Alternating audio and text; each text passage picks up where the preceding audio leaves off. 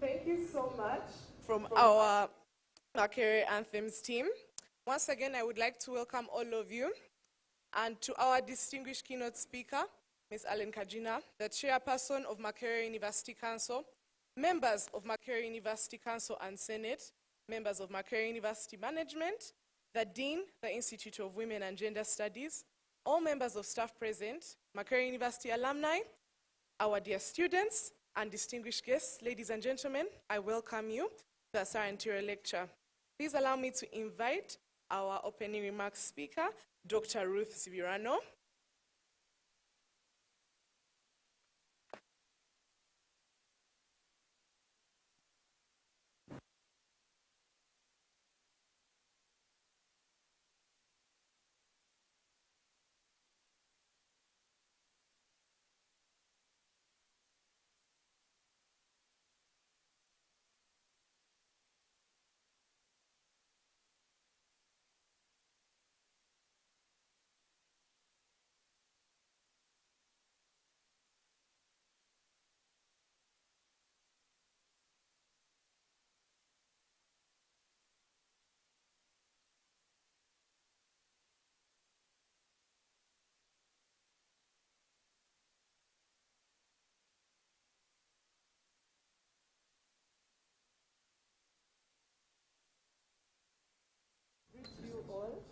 Our keynote speaker, our Ms. Ellen Kajina, our distinguished administrator, executive secretary, Madame Lona Magara, the Chairperson, Makerere University Council, our Vice Chancellor, herein represented by Professor Louise Madasi, members of our Council and Senate herein present, members of Makerere University Management herein present, directors, my dear director, Institute of Gender and Development Studies, all members of staff here present, and students, our distinguished guests, dear ladies and gentlemen, you are very much welcome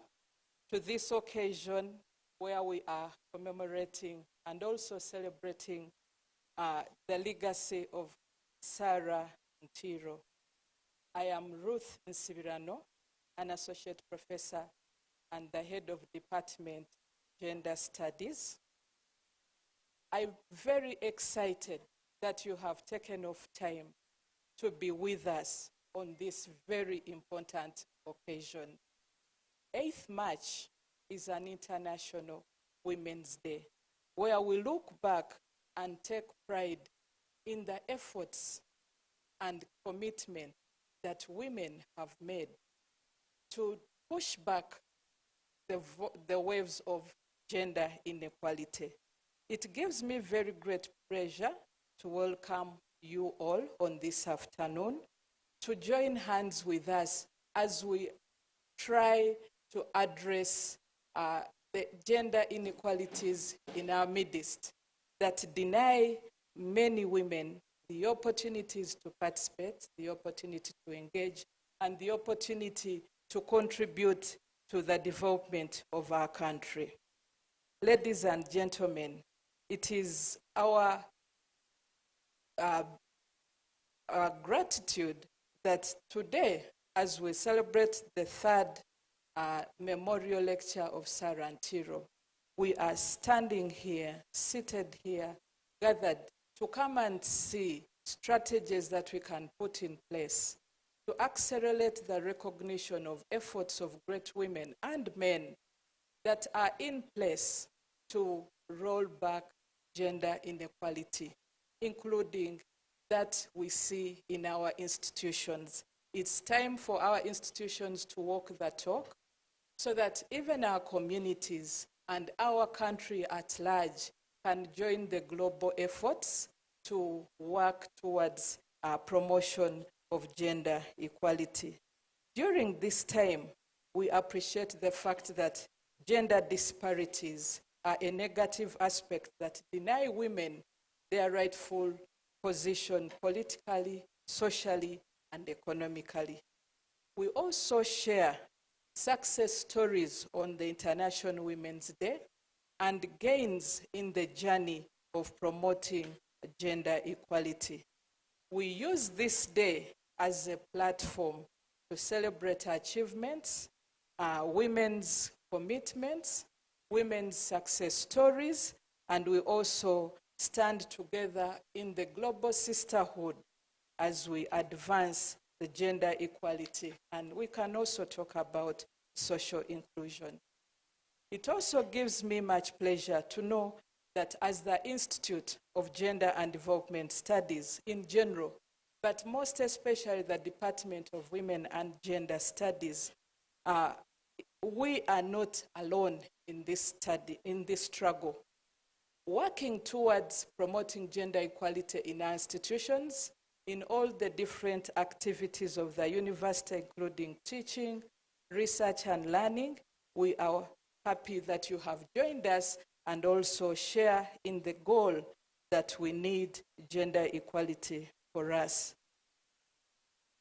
We commit to work together with you to promote inclusive and empowering processes and practices in institutions of higher learning, including Makerere. The desire to promote gender inclusive social transformation that is also empowering at all levels is a much desired goal, not only for the women, but also for the men. We are also continuing to engage at different fronts to be able to create winning strategies that can deliver us accelerated promotion of gender equality in our country and also globally. I want to thank again the keynote speaker, Madam Ellen Kagina, for accepting to be part of us, for sparing your time to be with us. I want also to thank you all members, the VC, Chair Council, and everyone here present for sparing this time to come and be with us as we celebrate the third Sarah Ntiro Memorial Lecture. Feel at home, and this is the right place to be at this time. I thank you so much, and over to you, Chair.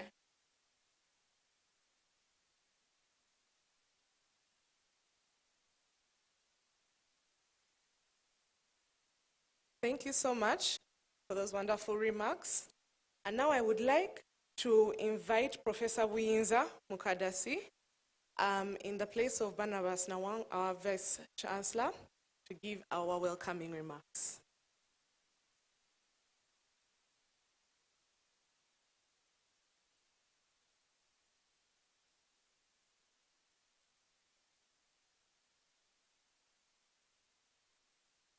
Our distinguished keynote speaker, Ms. Ellen Kagina, my dear sister, the chairperson, Makerere University Council, members of council and senate present, the dean, School of Gender and Women Studies, the family of our celebrated Sarah Ntiro, Makerere University alumni in the hall. I've seen many colleagues, faculty, students, guests. It is my pleasure to warmly welcome you to this important public lecture. Of course, today we gather to honor a celebrated and remarkably distinguished woman whose life and achievements embodied the transformative power of education and unwavering determination to achieve and succeed in life. Later on, we shall, of course, go through the keynote speaker, and you'll be informed that Ms. Sarah Ntiro's education path was not only merely a personal journey, but a groundbreaking trajectory that opened the doors for the generations of women in this country. Of course, I've been informed that the person we are celebrating today was born way back in 1925. If she was living today, she would be making 100 years. But her life coincides with this transformative and also significant education development under the British colonial rule.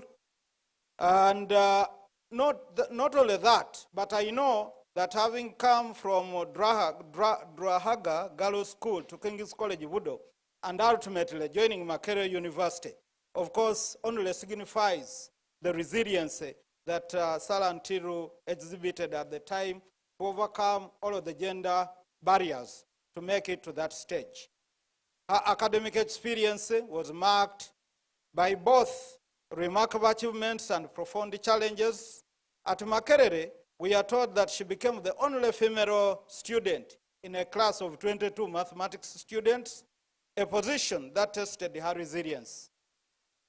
It is important to note that when she was offering mathematics, there came a time when her tutor walked out of class due to her presence as a female.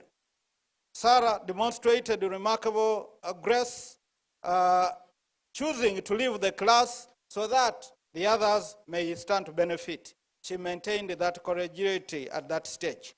Of course, she chose later to walk out of class, and she settled to study history and geography and English, graduating in 1950, as we shall be told. Her achievements, of course, extend far beyond the academic success as above. You'll get to know that in 1954, she became the first female from the British Protectorate of Uganda to graduate from the University of Oxford, a milestone that symbolized intellectual excellency and potential.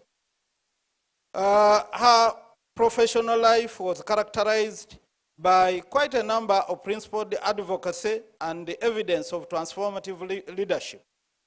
I've been informed and I got to know of a very touching story example of her commitment to equality that occurred in 1955 when the colonial government attempted to pay her lesser than her male counterparts, all teaching in the same school at Gayaza. Of course, instead of accepting this mega discriminatory salary, she chose to teach without a pay, a broad stand that ultimately resulted in equal compensation after the intervention of the governor. That was Andrew Cohen, the governor's wife. When the governor's wife intervened, then she was really given, it was accepted that she gets the salary like her male counterparts on the same teaching staff. Sarah Ntiro was not just an educator, but a political pioneer in many respects. From 1958 to 61, she served as one of the first two female members of the Legislative Council, that would be like the parliament then of Uganda, in which role she was a vocal advocate for women's rights, mentoring other women, including the celebrated Joyce Mpanga, and introducing them to the collective action through the Uganda Council of Women. And they achieved quite a lot to date that really has informed the education path in this country. Her contributions to institutional transformation continued at the Ministry of Education between the years of 65 to 67, where she played a crucial role in establishing the Teaching Service Commission then that later evolved into the Education Service Commission of today. You'll also remember, you'll get to know that the Forum for African Women Educationists in Uganda has recognized, it did recognize Sarah Ntiro as an ideal role model, highlighting her commitment to the girl-child education, and indeed, FAWE's subsequent work of influencing gender policies and supporting re-entry policies for teenage mothers stands as testimony for the triple effect of her pioneering spirit in education. Sarah Ntiro's life teaches us many lessons, but most importantly, that of transformative change is not about transforming one's career growth and personal mastery, but is more importantly about the grand gestures and consistent principled action that may really inform the growth of society and changes in perspective to all gender. Where our era's exclusions were primarily gender-based, today's challenges have evolved to include social class, statelessness, and intergenerational governance differences that we need to work collectively to overcome and also avert. I know for sure that even when she was in Europe, I've been reading over time that even when she went to Europe for further studies, she continued to carry the gender African agenda. Because there she took on, like, she studied, I got to know that she studied the English Agricultural Revolution. She went on to study the French Agricultural Revolution, and later even took on to lessons including bicycle riding, which was male-dominated. And when she returned, actually when she returned to Uganda, I understand she decided to come back by boat, such that she could carry her bicycle back home. You know, all of this shows you a person who was really resilient and focused to cause change in society and its perspective to gender. Her story reminds us, of course, that progress is a collective endeavor. It requires individuals willing to change systematic barriers, sacrifice personal comfort, and create pathways for those who follow. As we honor Evangelina Sarah Ntiro's memory, we are called to continue her work to pioneer change, transform institutions, and build a more equitable future for Uganda and Africa as a continent. The Vice Chancellor, I didn't say it here, but would have loved to be with you here. I convey warm greetings, and he has requested me to continue drumming for the transformative changes that we've seen in the School of Gender and in Makerere in general. With these few many words, I want to end my remarks by thanking you for creating time to join us at this important public lecture. Thank you very much. Thank you so much, Professor Buyinza. That was a really wonderful telling of the life of Sarah Ntiro and the achievements she's had. And it's important that we continue to remember these as they paved the way for all of us, especially those university graduates, us the women. And that is the reason why this day exists. That's the reason why this lecture was started, to celebrate her achievements and also to celebrate the path that she carved out for us. And that's the reason why we have these ladies up here you see today and those outside. These are the ladies who she created space for, who went on to create more space for the rest of us. And their legacy lives on, much like Sarah Ntiro. And through her and through them, we continue to enjoy the rights that we have had today, much like attending school and the other achievements that they opened for us, much like the equal pay that was spoken about. I think all of us can be happy about that one. So as we get into the next segment, I would like to invite you all to come learn more about women like Sarah Ntiro and women like Victoria Mwaka at the Makerere University School of Art Gallery. Right now there is a Women's Day exhibit going on that has women's achievements spanning from pre-colonial Uganda all the way up to present day. We'll be delving into stories of women that have inspired us and women who opened doors for the rest of us, as well as exploring social cultural histories of Ugandan women that have been much neglected. Thank you. So I would like to get into the next part of our talk, and I would like Sarah Sally to come and invite our keynote speaker for that day.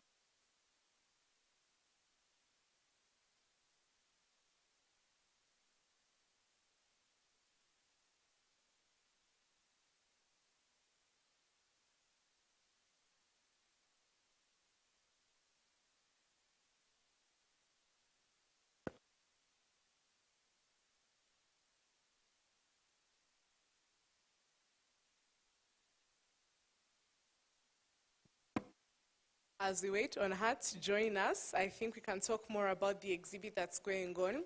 In remembrance of Women's Day and in commemoration of everything that women have achieved and the issues that we have faced, this exhibit seeks to highlight major issues that women have experienced through the stories of others. For example, the story of Sarah Ntiro is one that we use to highlight the issues of equal pay and the issues of lack of education and access of opportunities for women in Uganda.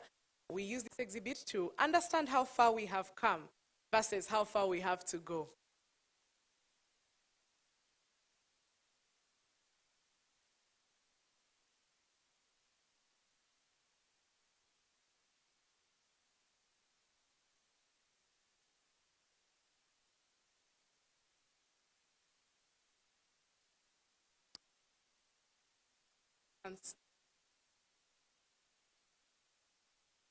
Thank you so much, Professor.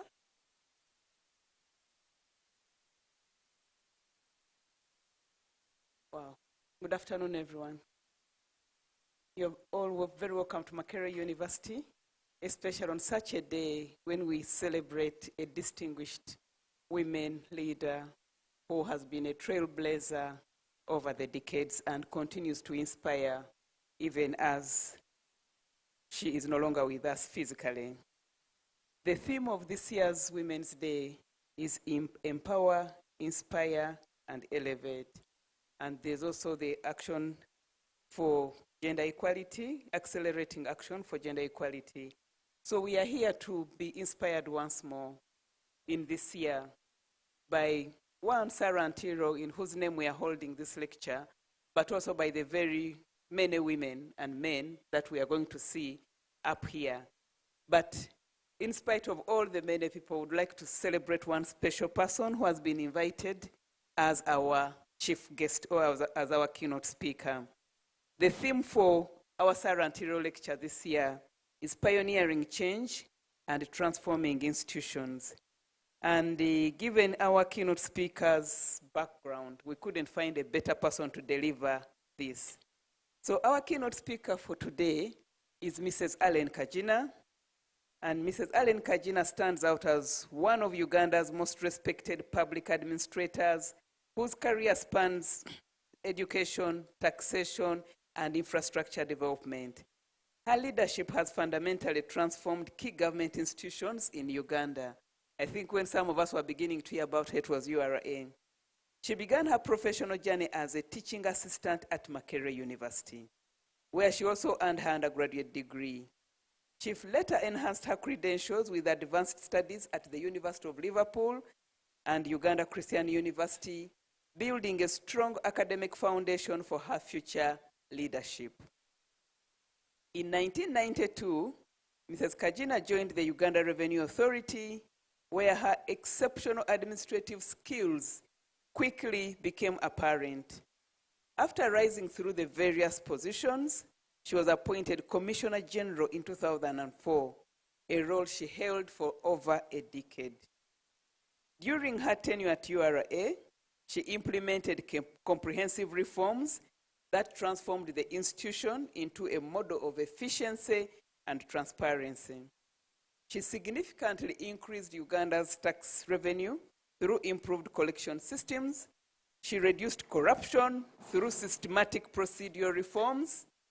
She enhanced taxpayer compliance through education and simplified processes, and also modernized operations with digital technology and improved service delivery.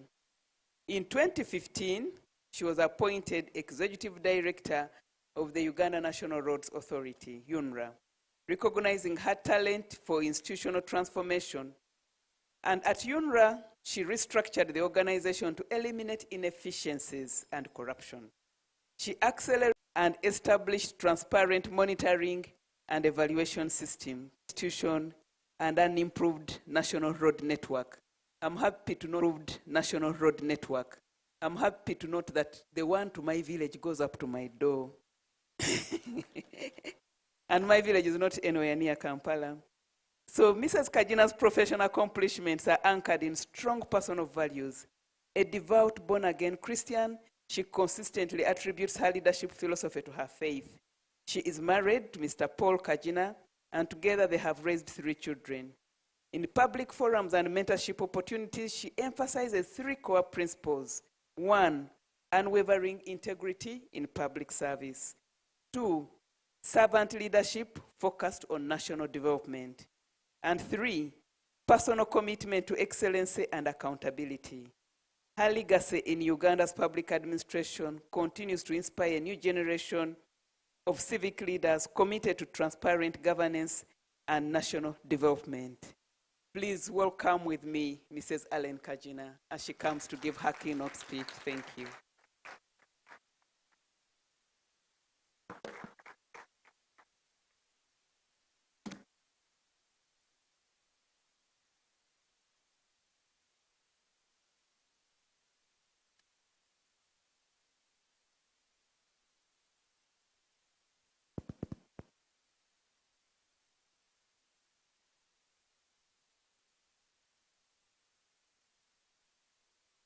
The chairperson of Makerere University Council, members of Makerere University Council and Senate, the Deputy Vice Chancellor and members of Makerere University Management, the Dean, School of Women and Gender Studies, all members of staff present, the alumni, dear students, distinguished guests, ladies and gentlemen, good afternoon. Let me just make a note before I start my speech. I see I'm being timed, so stop the time until I start the speech. I am truly, truly honored to be here, to return to Makerere after so many years. I want also to say that I believe that you have heard 90% of the things that I want to say from the Deputy Vice Chancellor and from the Dean. But I want to say this one thing before I go into the speech, because it is a formal speech, but I always like to preface with my own comments.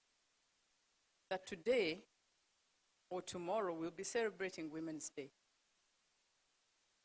They are women under whose shadow you and I stand. Some, we have their pictures here behind us. Some, you can read them online. Some have passed on. Some are living. It is good to celebrate those women. The reason we celebrate is because following in their footsteps are young girls who need to see direction and who need to be confident that it is possible. As many as are seeking models, there are many who are being discouraged, being told, you're just a girl. I was told that when I had just started working in URA, when one of my colleagues, a senior to me, told me women should not be paid the same amount as men. Why? Because you take 9 months leave. Needless to say, that conversation did not end well. So let us celebrate indeed, because these women who paid the price opened doors for you and I. And as I stand here to speak, it is not because I needed to do anything significant to make a name for myself. They opened the door. It is an injustice to them if you do not go through that door. So it is an honor and a privilege to stand before you today as the keynote speaker for the third Sarah Ntiro annual lecture. I'm deeply grateful to the Makerere University leadership for this opportunity to address such a distinguished audience comprising scholars, learners, leaders, change makers is truly humbling. Today we gather to reflect on a theme that is not only timely, but also timeless. Pioneering change and transforming institutions, that's our theme. The theme resonates deeply within me as it speaks to the heart of what it means to lead and to serve and to leave a lasting legacy. As we explore this topic, I invite you to imagine institutions not as static structures, but as living, breathing entities that must evolve to survive and thrive in an ever-changing world. Institutions are the backbone of society. They are the engines that drive progress, the framework that uphold order, and the custodians of our collective values. Whether private, public, or nonprofit, institutions shape the way we live, work, and interact. Yet the world around us is in a state of constant flux. Technological advancements are reshaping industries. Economic landscapes are shifting, and societal expectations are evolving at an unprecedented pace. In this dynamic environment, institutions that fail to adapt risk becoming relics of the past. But change is not easy. It is often met with resistance from those who fear the unknown, from systems that are entrenched in tradition, and from cultures that are slow to embrace new ways of thinking. As leaders, our task is to navigate these challenges with courage, vision, and unwavering commitment. We must not only manage change, but also inspire it. Today, I will share insights on how we can pioneer change and transform institutions, drawing from both theoretical frameworks and real-world examples, including the remarkable life of Sarah Ntiro and my own leadership journey. Let's begin with asking a fundamental question. Why do institutions need to change? The answer lies in the forces that shape our world. One, technological advancements. From artificial intelligence to blockchain, technology is disrupting traditional models and creating new possibilities.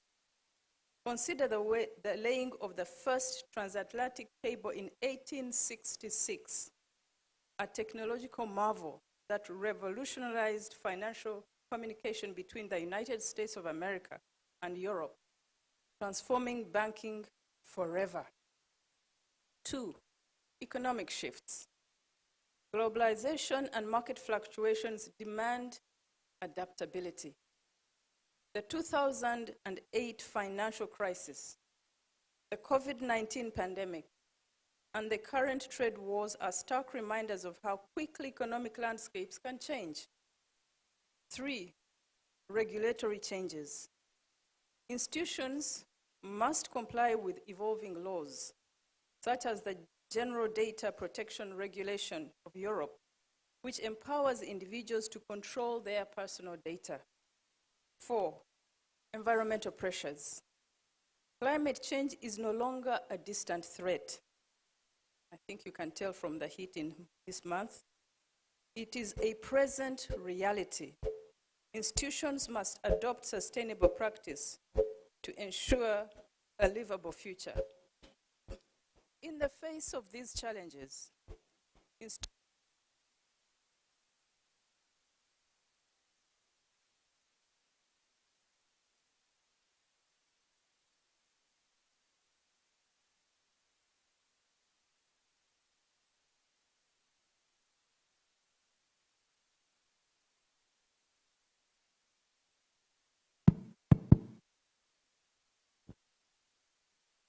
and those that do not risk irrelevance.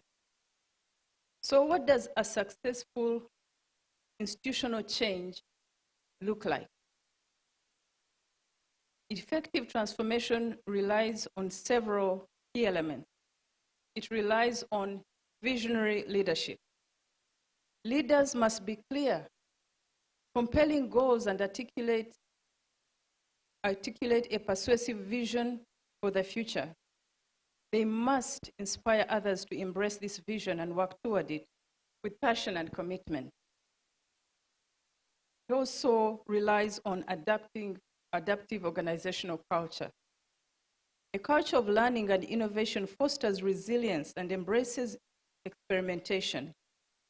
Institutions must create environments where creativity is encouraged and failure is seen as a stepping stone to success. It relies on resilience and agility. The ability to pivot quickly in response to changing circumstances while maintaining core values is critical. Institutions must be agile enough to adapt to new challenges without losing sight of their mission. Stakeholder engagement. Active participation from employees, customers, and policymakers enhances sustainability and creates buy-in.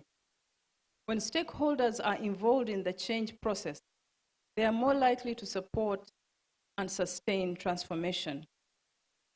It relies on data-driven decision-making. Leveraging analytics to optimize strategy and execution while measuring impact ensures that decisions are informed, objective, and effective. Successful institutional change is not just about adopting new technologies or processes. It is about creating a culture that embraces innovation, values collaboration, and prioritizes long-term impact over short-term gains. However, with every change, there is resistance. How do we overcome resistance?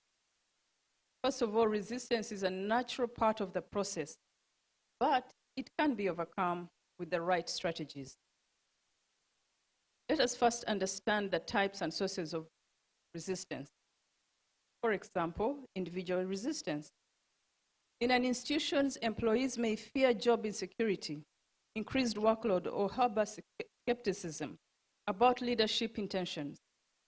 Change can be unsettling, and individuals often resist what they do not understand or trust. There is also organizational resistance. Bureaucratic inertia, rigid hierarchies, and competing interests can delay or derail reform efforts. Institutions with entrenched systems and processes often struggle to adapt to new ways of working. Then there's also cultural resistance. Deeply ingrained traditions and established norms create psychological barriers to change. Cultural resistance is often the most challenging to address because it is rooted in long-held beliefs and values. So how do you then overcome this resistance? Number one, none is more important than transparent communication. Clearly explain the rationale, the process, and the benefits of change to build understanding and trust. When people understand why change is necessary and how it will benefit them, they are more likely to support it. Two, you can give incentives and training, skills development. Providing training, resources, and career growth opportunities to reduce fears and encourage participation. Equipping employees with the skills they need to succeed in a changing environment is a key to overcoming resistance. And then engaging the stakeholders. Engaging employees and customers in the design and implementation process to foster ownership and commitment. When stakeholders feel that their voices are heard, they are more likely to champion the change. And lastly, putting in place or creating change champions. Identify and empower influential internal advocates who can help build credibility and momentum. Change champions act as role models, demonstrating the benefits of change and inspiring others to follow. Overcoming resistance requires patience, empathy, and a willingness to listen. It is not enough to impose change. We must bring people along on the journey. Often the reason why a change is aborted is because the people were left behind. Let me turn to the life of Sarah Ntiro, the reason we are here. The story of a remarkable woman that embodies the spirit of pioneering change. She was a trailblazer, a woman who defied societal norms and dedicated her life to advancing education and gender equality. Her story is not just one of personal triumph, but a blueprint for how individuals can catalyze institutional and societal transformation. You've heard that in her early life, she was born to Yoweri Ntiro in 1925. She grew up in a society where opportunities for women were severely limited. Yet she excelled academically, becoming the first East African woman to graduate from the University of Oxford.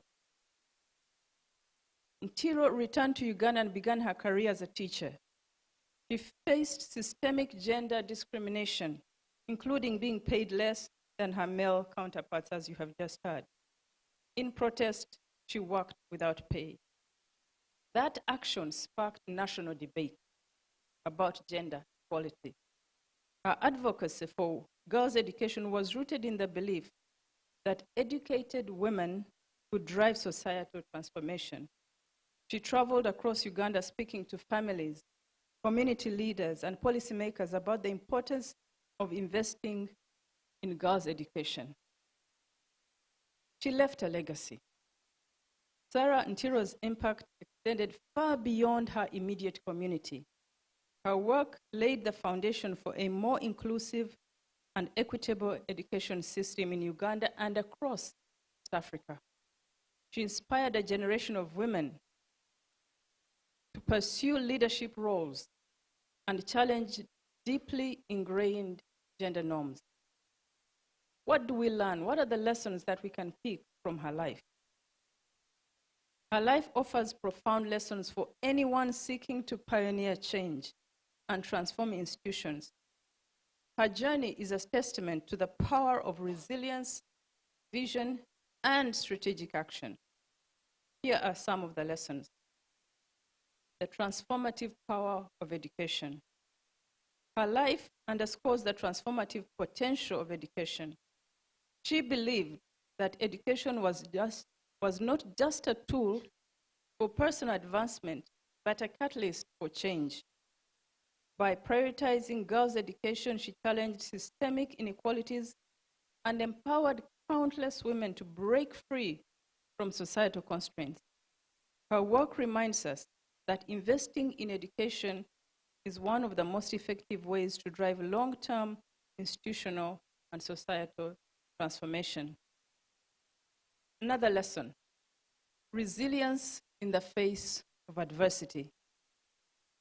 Sarah Ntiro's journey was marked by numerous challenges, from systemic gender discrimination to societal resistance. Yet she remained steadfast in her mission, demonstrating that resilience is essential for overcoming obstacles.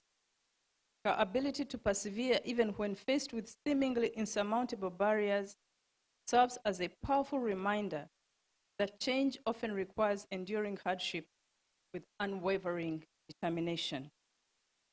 Another lesson: strategic advocacy and leading by example. Sarah Ntiro was not just a visionary. She was a strategic advocate who led by example. Her decision to work without pay in protest of gender-based pay disparities sparked national dialogue and forced institutions to confront systemic inequalities. By aligning her actions with her values, she demonstrated that effective advocacy requires both courage and consistency. And then another very important lesson: she challenged deeply ingrained norms. She did not shy away from the deeply held beliefs of people at her time. Her work challenged deeply entrenched gender norms. She refused to accept the status quo, instead pushing for systemic reforms that redefined what was possible for women in her society. Her story reminds us that meaningful change often requires confronting and dismantling long-standing traditions and beliefs. Sarah Ntiro did not work alone. Her success was not achieved in isolation. She relied on a network of allies, progressive thinkers, educators, and activists who shared her vision and supported her efforts. This highlights the importance of collaboration in driving institutional change. Change is rarely the work of a single individual. It requires collective effort and shared commitment. Some of the people who influenced her journey: her father, Yoweri Ntiro. He was a progressive thinker who insisted that his daughter receive the same opportunity as boys, enabling her to pursue education at the highest level. The British governor at that time, Sir Andrew Cohen, supported initiatives that increased access to higher education for Africans, including women. Florence Alice Lubega, Uganda's first female member of parliament. She shared Sarah's passion for women's education and worked to advance gender equality in governance.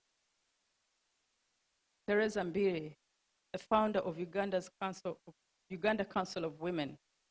She played a crucial role in promoting women's education and gender equality, walking in the footsteps of Sarah Ntiro. Professor Senteza Kajubi, a Ugandan educationist, somebody all of you should know, supported reforms that expanded educational opportunities for Uganda. And then a lady that the DVC just mentioned, the late Joyce Mpanga. Sarah worked alongside Joyce Mpanga to rally women and girls to stay in school and later became an MP. Joyce became an MP and Minister of Education. In 1960, when Joyce Mpanga joined LegCo, she found Sarah, who had been there since 1958. Sarah helped to link Joyce to the Uganda Council of Women, where with other LegCo women representatives, they worked on the registration of marriages and inheritance regulations. Joyce and Sarah continued to rally women and girls to go and stay in schools. As late as 2015, Joyce and Sarah were active in the establishment of the Rural Girls University, Kagadi. Sarah's life is a powerful reminder that institutional transformation is possible, even in the face of deeply entrenched resistance. Let me end by giving you my own personal journey. My journey in institutional transformation. It has been a journey that has taught me invaluable lessons about leadership, resilience, and the power of purpose. Throughout my career, I have learned that effective leadership is the cornerstone of institutional transformation. My experience at the Uganda Revenue Authority and the Uganda National Roads Authority taught me that change is not only possible, but essential for progress. I am honored to share my journey and the lessons I learned along the way. When I joined URA, the institution was struggling with corruption, inefficiency, and a lack of public trust. It was clear that transforming URA would require bold action and a clear vision. Together, initially with a small team, we set out to change things around. And we focused on 3 areas: strict accountability measures. We restructured the organization, removing corrupt elements and enforcing transparency at every level. This was by no means easy, but it was necessary to rebuild trust. Automation. We introduced technology to reduce human interference in tax collection. This not only minimized opportunities for graft, but also improved efficiency and accuracy. We enhanced customer service. We prioritized improving taxpayer compliance and public trust. By making URA more responsive to the needs of taxpayers, we fostered a culture of accountability and cooperation. These reforms were challenging. One day when we are not giving a lecture on a public lecture, I will tell you the stories, the ones that are not in the media, of what it took to change that institution around, the things that don't make the headlines, the mistakes that we made, with the determination to push through every single one of them. So the reforms were challenging, but they ultimately restored URA's credibility and set a standard for public institutions in Uganda. Soon after that, I completed my time in URA. I was appointed into Uganda National Roads Authority. Uganda National Roads Authority looked like Uganda Revenue Authority just 10 years prior. When I took on the role of executive director, I faced another set of challenges. The institution was plagued by inefficiency, corruption, and delayed projects. I knew that transforming UNRWA would require similar commitment to integrity and innovation. Again, with a small team, we designed a reform program. And the reforms included removing corrupt and underperforming staff. We made difficult decisions to rebuild UNRWA's credibility, ensuring that the institution was staffed by competent and ethical professionals. We implemented strict procurement systems. We introduced measures to prevent financial mismanagement and ensure accountability in all procurement processes. We accelerated infrastructure development. By streamlining operations and focusing on results, we were able to complete projects on time and within budget, delivering tangible benefits to the people of Uganda. Where there was slippage, and there sometimes was slippage, it was mostly due to external factors. These changes were not without resistance, but we had to remain steadfast in our commitment to transform UNRWA into a model institution or face public humiliation. And none of these achievements would have been possible without the dedication and expertise of my leadership team. I've been fortunate to work with individuals who shared my vision and were willing to go above and beyond to drive change. Their hard work, creativity, and unwavering commitment to excellence were instrumental in overcoming the challenges we faced. I am deeply grateful for their contributions and proud of what we accomplished as a team. Looking back on my journey, I have come to appreciate several key principles that shaped my approach, my leadership approach, and influenced the way I navigated institutional transformation. Number one, integrity is non-negotiable. It is fundamental because trust is the cornerstone of any institution. Leadership must be anchored in integrity or lose authenticity. Two, vision is the guiding force. Transformation requires more than just reacting to challenges. It demands a clear, long-term vision. Leaders must articulate a compelling direction and inspire others to embrace it.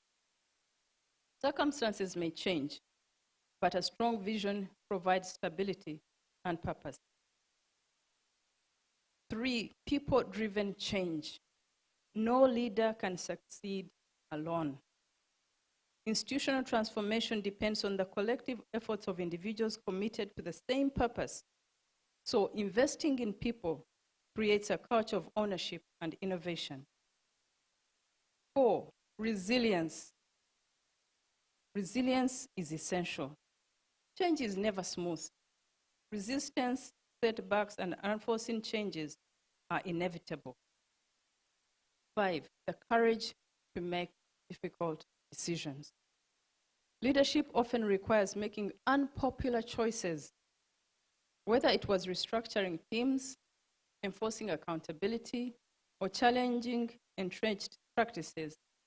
I found that tough decisions had to be made for the greater good. This was never easy. My faith in God was a constant source of guidance and reassurance in this moment. We've already talked about technology being a catalyst for reform, and communication, which builds trust, and collaboration, which creates strength, and then focusing on continuous learning. It doesn't matter how high you are at the top, learning never ends. And the moment you disconnect from learning as a leader is the moment you lose your place, leadership. And for the purpose for which you started this reform or this change must remain central so that you do not lose your way. It's very easy to lose your way when you're in reforms because there's winds against you. However, knowing why you started the reforms keeps you focused. My journey at URA and UNRWA was deeply rewarding. As difficult as it was rewarding. I am proud of the progress we made. Institutional transformation is ongoing, and I remain committed to driving change that benefits the people of Uganda, wherever that might be. In conclusion, institutional change is challenging, but essential for progress. Leaders like Sarah Ntiro demonstrate that resilience, advocacy, and strategic reforms can transform even the most rigid systems. Her story underscores the importance of visionary leadership, bold action, and unwavering commitment. As we leave this place today, let us remember that each one of us has the power to pioneer change in our own spheres of influence. Let us be the leaders who inspire, the advocates who challenge, and the change makers who transform. I thank you.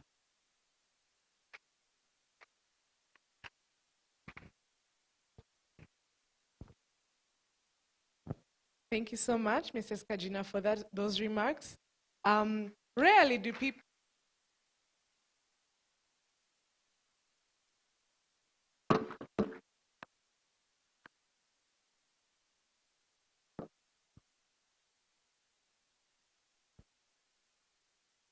Thank you so much.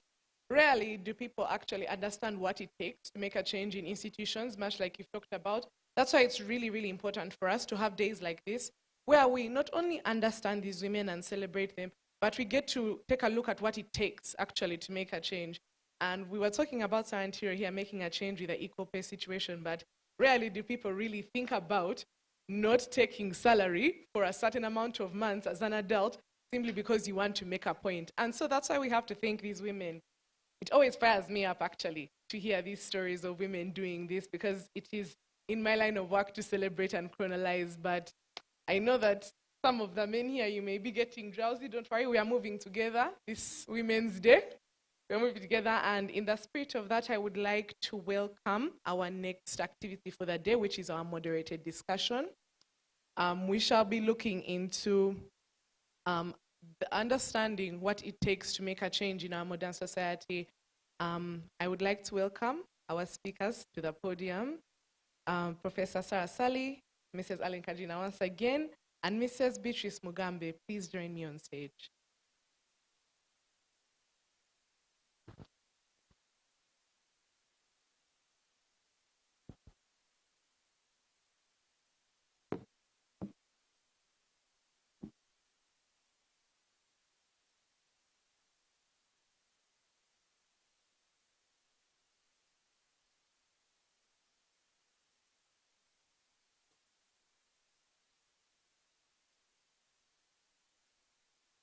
Sorry about that. Forgive me.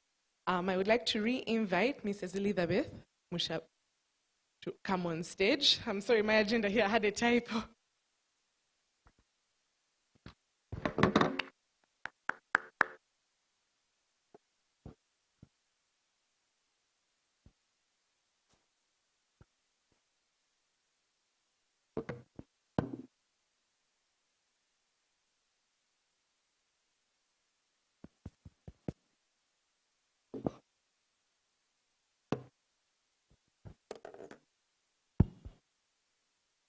Wow. Thank you very much for that keynote speech, which highlighted several interesting things. I personally picked a few. I mean, if you had to ask me what were my key highlights or what were the key words I kept hearing you reiterate, it is reforms, integrity, teamwork, celebrating the pioneers on whose shoulders we stand, and most interestingly, those who worked on the ecosystem to make it possible. So I hope in this oncoming discussion, we are going to have an opportunity to ask our panelists, or to Mrs. Kajina in particular, to illustrate or elaborate more on what she could not elaborate in the last few minutes she has been up here. And to add on to this conversation, we have Mrs. Elizabeth Mushabe joining us. Elizabeth is a passionate gender equity and social justice advocate with over 20 years of experience in community systems strengthening. She is passionate about the girl-child education and well-being. Currently, Elizabeth is serving as a team leader at Avoma Communities Initiative, an organization that, among others, runs community-led projects to promote the girl-child education, uplift the boy-child, and support the disabled youth. Previously, Elizabeth worked with UN Women and Centers for Disease Control, TASO Uganda, Uganda AIDS Commission, and many others. She holds an MS in Project Planning and Management. She holds a Master's of Public Health and is currently a student of philosophy. You are very welcome, Elizabeth. Okay.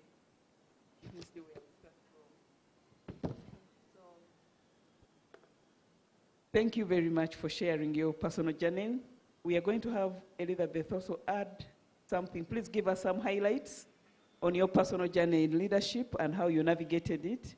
We've already had Mrs. Kajina's, so you have a few minutes before we delve into our conversation.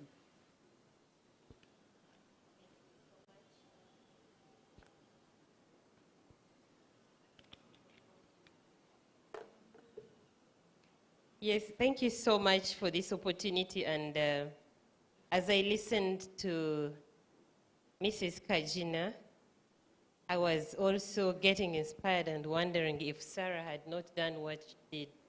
We're talking about Sarah and Ntiro today. Then would I ever meet Alan physically? I've seen her on TV many times. Today I had the opportunity to share lunch where she was also dining at. So you can imagine how tall I feel, yeah? No, that is on a lighter note. But yes, I think I want to share my personal journey, but reflect on a few principles that I learned from your sharing this afternoon, but which I also relate previously to what I hear about the ladies like Sarah, Rhoda, and of course Victoria, my own professor at the university, and all of you eminent ladies seated. I think the idea for those girls out in the audience and gentlemen that want to support the Africa, the VC called it Africa Gender Agenda. If you want to support the Africa Gender Agenda, you start with yourself. And a few of these she spoke to very well include self-worth and dignity. I think this is very critical, and it inspires women and girls to know and realize that there actually are women out there that are not scared and are not fearing to be pointed at. The idea and the issue of autonomy and independence. How many of you girls can actually take your decision without asking or calling your brother, your father, your boyfriend, your husband for the young women? Think about it, that you can stand on your own, and every time they ask you whether Mushabe is your name or it is your husband's, you proudly nod, it's my name. Then they will find out who your husband is later after they have understood that you are an autonomous being in your own decisions. I think I saw it flow while Alan spoke to us. Resilience and perseverance is something she kept speaking about, and these are principles, these are values that I wouldn't want you to miss as you do whatever you do. I will share with you my small journey. It is very short. It cannot equate to what Alan has gone through. Mine is very short, just 20 years of exposure. I have loved to work for women and women's societies out there, and largely I find it more rewarding when I challenge what I call norms. I am a disruptor. I may look a bit humble, but I'm actually a disruptor. I want you to have reasons for why you will disrupt. I think while Alan said she found an institution of Uganda Revenue Authority that was in the state it was, or even Uganda National Roads Authority, she too looks like a disruptor. And for her, she has had platforms to practically disrupt. And that's a story she said will be said away from the cameras. So please, challenge norms, especially when they do not look like they will lead you to destination. It's very important. I have worked very hard to challenge norms, and in this case, particularly those that seem patriarchal, those that seem to disadvantage the girl child, those that seem to disadvantage women. I have also done so much to promote education awareness, but also education opportunities. And I think, as they mentioned FAWE, I'm glad FAWE is in the room, the Forum for Women Educationists. We started this agenda of returning the girl child who is pregnant or has just finished to experience that event of pregnancy back to school. It sounded unreal. But with a community of women in education, it's possible. So there's something you need to know, that as you run this agenda for the Africa gender agenda, you need a chain, you need backup, you need a movement. And that forum really made a lot in realizing that the girl child goes back to school, and you know that there will be resistance, and there was resistance. We're still struggling, but it's important, and I'm proudly associated. Sarah, I want to also share that I'm someone who supports women's empowerment, largely through small projects in economic independence, social integration, social breakthroughs, but also looking at what we call challenging laws that may necessarily be discriminatory. Discriminatory in a sense that they do not give direction on how we should deal with the things that challenge girls and women. And recently, I'm into supporting marginalized groups as a director or team leader at AVOMA. AVOMA is a national organization that is non-governmental, uses volunteers to actually support these girls to go back to school, that supports girls to access health services, but also youth with disability, because many times they're actually abandoned and left on their own without support from their families. That is my short journey, and I'm happy that you gave me a chance to share it with the audience today. Yeah, thank you very much. We shall go back to this side. Alan, in your keynote speech, you highlighted some things. Basically, from your sharing of leading UNRWA and leading URA, these were top, powerful organizations. And we know that leadership in such powerful organization tends to be patriarchal, tends to be merit-based, and women normally lack those years of experience and the networks to make them lead, or to make them be put forward for such leadership positions. And in that, you also left us with the word of have the courage to make difficult decisions. My question to you is, what inspired you to get into these male-dominated spaces and gave you the courage to take the decisions, which sometimes when we read in the media appeared like you were really disrupting things? Unfortunately, or fortunately in this case. So I grew through the ranks in Uganda Revenue Authority. I didn't just jump to become the Commissioner General. It was actually, I think, 13 years before I joined management. So I grew slowly through the ranks, and I knew the institution. That's how you get to know institutions, when you go through the ranks. But that journey was marked by resistance all through. My resisting things that were not going well, not settling with things that were not good, not accepting services that were not fair to taxpayers, the injustices. It was a journey of resistance.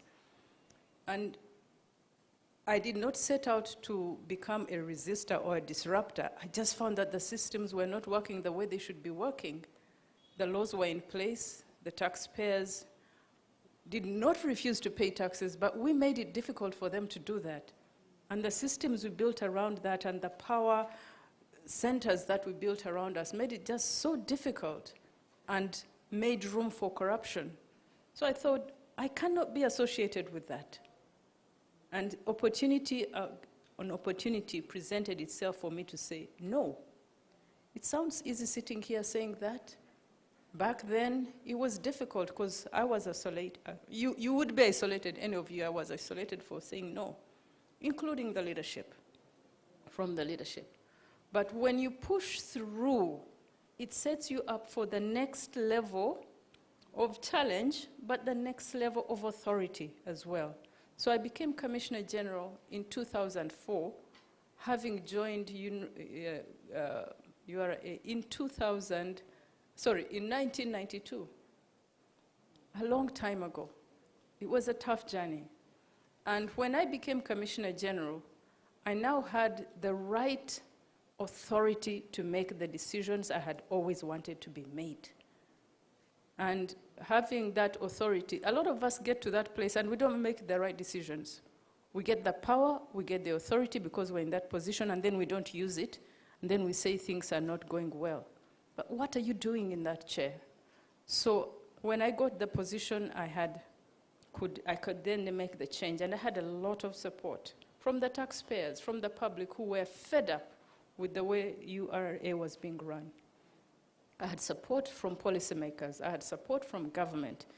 When I got this consensus, it was not difficult to get the change. So when I joined UNRWA, I was a few months out of URA.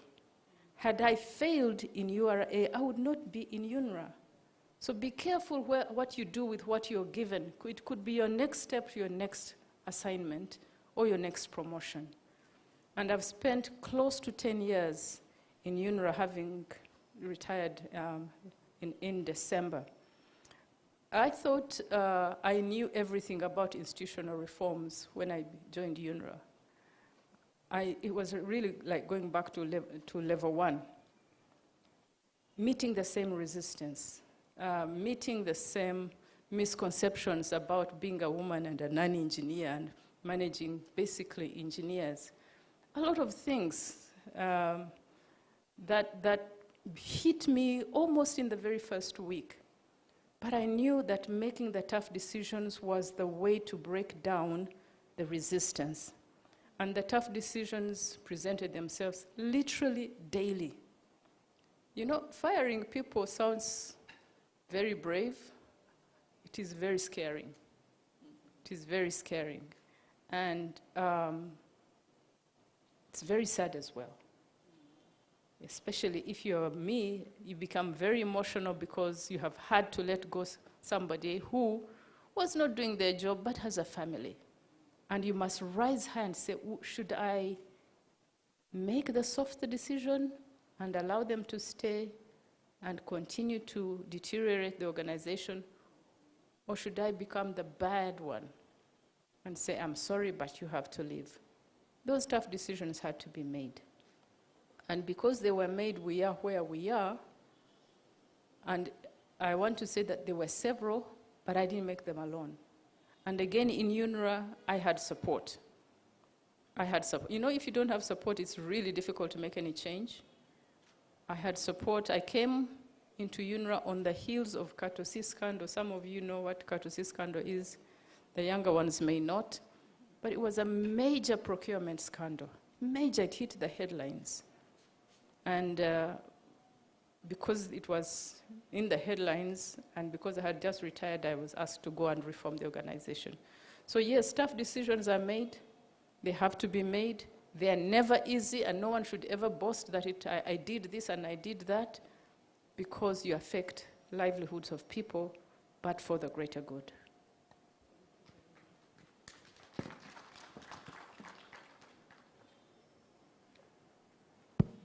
Yes, thank you very much. I could listen on and even forget that I'm the moderator. And as you're submitting, I was wondering what the Vice Chancellor is thinking. Because here, as you take decisions, you also have to think about court and litigation. Maybe the people in URA and UNRWA were good, they didn't go to court, but maybe they did. So that will be a discussion for another day.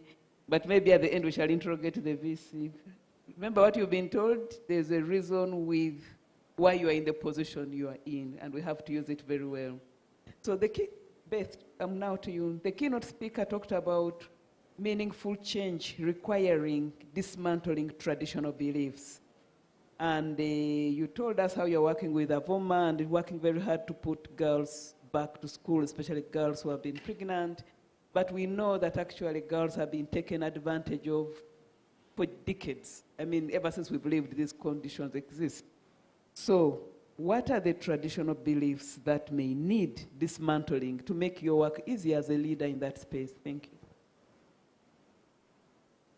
Thank you so much.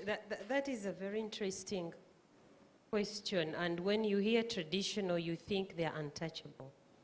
There are quite a number of them. And one obvious one is that we don't have our own identity as women and as girls. And it is a sad story in many communities in Uganda, where this lady is supposed to grow up, get all the accolades that we get, but you still have to take on someone else's identity. And so families struggling do not see reason to invest in this girl's education and long stay in spaces where you're going to learn, and everything you learn and all the investment we make in you as a woman, as a member of this family, you take to another. It may sound, because you're in a university, you may not understand this. But a few of us that have walked these communities and villages in Uganda, we find it and it is very sad. You find a 13-year-old being sent off to another family and shamelessly as a wife. We've had a debate where we should call this, is this marriage? Because child and marriage cannot really coexist in one sentence. It's very difficult. To read that sentence, if you have gone to school, you will have to think twice. And I think, yes, Alan, you think about critical thinking. Do I take this decision or should I not take it? This is the time when you say, should I tell this father, this head of family, dear sir, what you're doing is not right? And then he will say, so who are you? And that's one, and it's tradition. It is unheard of that you will go against the head of the family's decision in any way. Even the mothers will tell you, the father said. Even the girl will tell you, Tata said. And we all call them Tata in many communities. Tata said I should go. And you wonder then, what kind of Tata is this? Are you even worth the name of Tata or father? It's a tradition that I struggle with, and with my team and other collaborators, we really are going against it. We are calling on to the traditional chiefs, the kingdoms, and they're doing a great job with us. They're actually telling us, if you support us and promise continuous support, we'll work with you. We don't want you to come in after 12 months, your project is over, you run away, and my people are against me. They want to collaborate, but you have to somehow give yourself in, and that's why most of the time we are volunteers, because we even work beyond our project lives. The other tradition that we also find is, I think it is because of the several years of social conditioning, the ladies themselves, the women themselves, the mother and the daughters connive, and they have already spotted which family to go to. And in some of the communities, they actually, Alan, it is sad you don't want to hear this, but it's true. On market days, we have seen some of them organizing so that they attend the market and they'll be lifted. There's a time it hit the social media, I think it was Chotera, but that whole corridor still believes that if you are of age, it should be arranged that you find someone to lift you. Okuchiriza, yeah? I don't know the right English word of that. But they will lift you and take you on, fatten you until you're ready to be woman size. Because that's a corridor that believes in woman, you should be of certain shape, height, size, and everything. And therefore, then you come out and I show you off as my newest bride. We have many girls there going to school, and the perpetrators, unfortunately, are the women. It's not now the men that are supposed to. So it's a big struggle that we still have to work with. And then the other, which I don't know whether to make a tradition, it is serial poverty. Serial void of subsistence, not even income. People have land, but they don't know how to use it to grow food. People have money, but they can't even look after their basic needs. So it's really poverty that is entrenched in our way of life, in our behavior, and in everything that we do. If anybody has money, it's their money. It's not for the collective as a family. And so if you want money, look for a man who will look after you. This is my money. You go to the shamba, you cultivate, they sell, they put. So at that household level, there is a big struggle, and that also hits several communities in southwestern Uganda. If you go to Kamwenje, the Rwenzori region, those of you who have been there, you know what I mean. We also see this a lot in West Nile, and the Madi communities especially, who don't even think that a woman should speak in public. What are you talking about? Why are you wasting our time going to school? Go do the cassava shamba. When time for the harvesting comes, tell me how much I can get. And if yours holds potential for more money, you're the best heart, you're the best wife to go to. It is those few peculiar practices that we find, and I don't know whether we want to call, for instance, that level of poverty and void of knowledge on how the world moves, a tradition, but it is a practice. It is there, and it is hindering our work, but we are trying to work with the authorities, the communities themselves, and ask them. And I remember at one point my team said, Madam, I think we need to take this big bus and ask these villagers if none of them wouldn't want their daughters and sons to come in a bus. You know, these youth have very creative ways of attracting communities. Said we take a bus, we have our music, they have little microphones that can be woofer. Am I saying it right? Yes. And they play music loudly. And then when people come to see, they say, no, wouldn't you want your son to be there like this? Yes, we take them to school. This is the only way it will happen. You should see how much just that action changes the whole perspective of that community.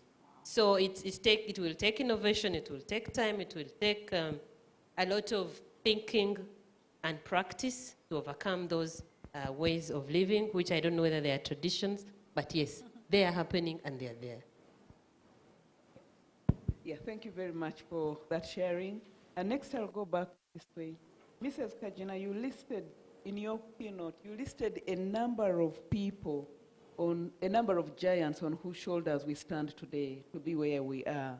Your list had not less than 10 people. They were both male and they were female. And from your expose, we actually look to them, how they are responsible for our being here. But we also live with the generation, and most of the people in the room are younger people. We live with a generation that feels we, the old people, have nothing to offer. Temulina kyemutugamba. They feel we have wrecked the society and made life very difficult for them. Yet you think those who went before us had something to offer. So what advice do you give this generation? First of all, do you believe tetulina kyebagamba? Or, I mean, what is the value? And I'm asking this to you as a teacher, as an educator, as a person who has led transformation in different sectors. Is there anything of value to look to the past for, or since we're in a tech world, Google, internet, I mean, to hell with the past? Thank you. So the young people here and outside are encountering challenges and environments we didn't. We lived in a totally different culture. Yes, it had its own issues. And at that time, when we were the younger people, the older people thought we didn't understand them. So it's nothing new. However, anybody who ignores the past, who ignores a past experience that worked well, is likely to encounter a challenge in the future with no knowledge whatsoever of how to deal with it. There is value in those who have made progress, in learning from them, in studying them. Until I was invited to this lecture, I had not read enough about Sarah Ntiro.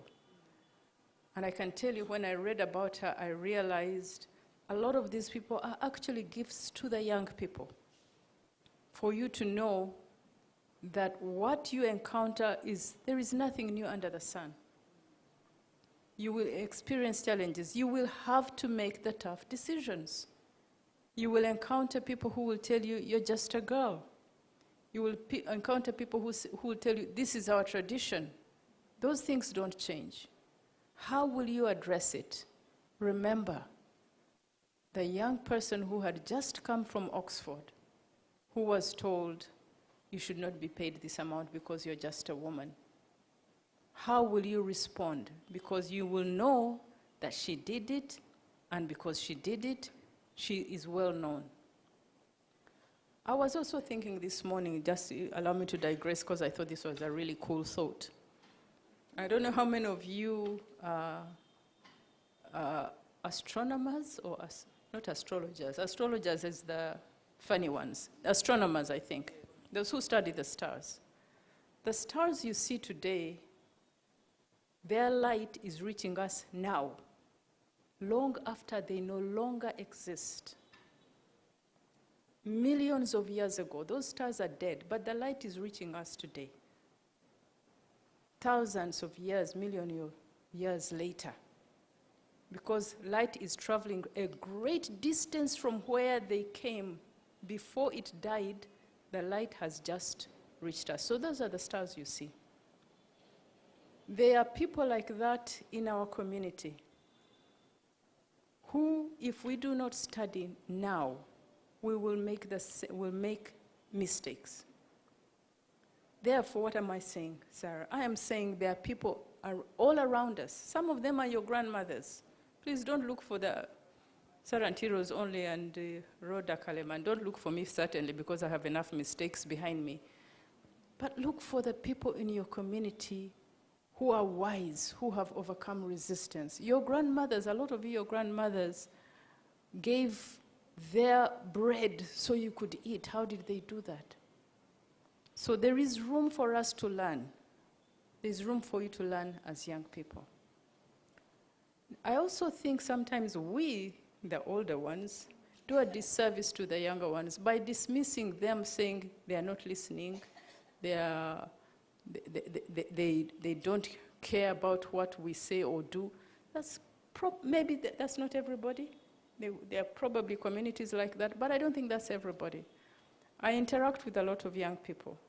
At work, I interact with a lot of young people in communities, and you see a hunger. You see a hunger to learn. I'm sure you meet them when you go out there.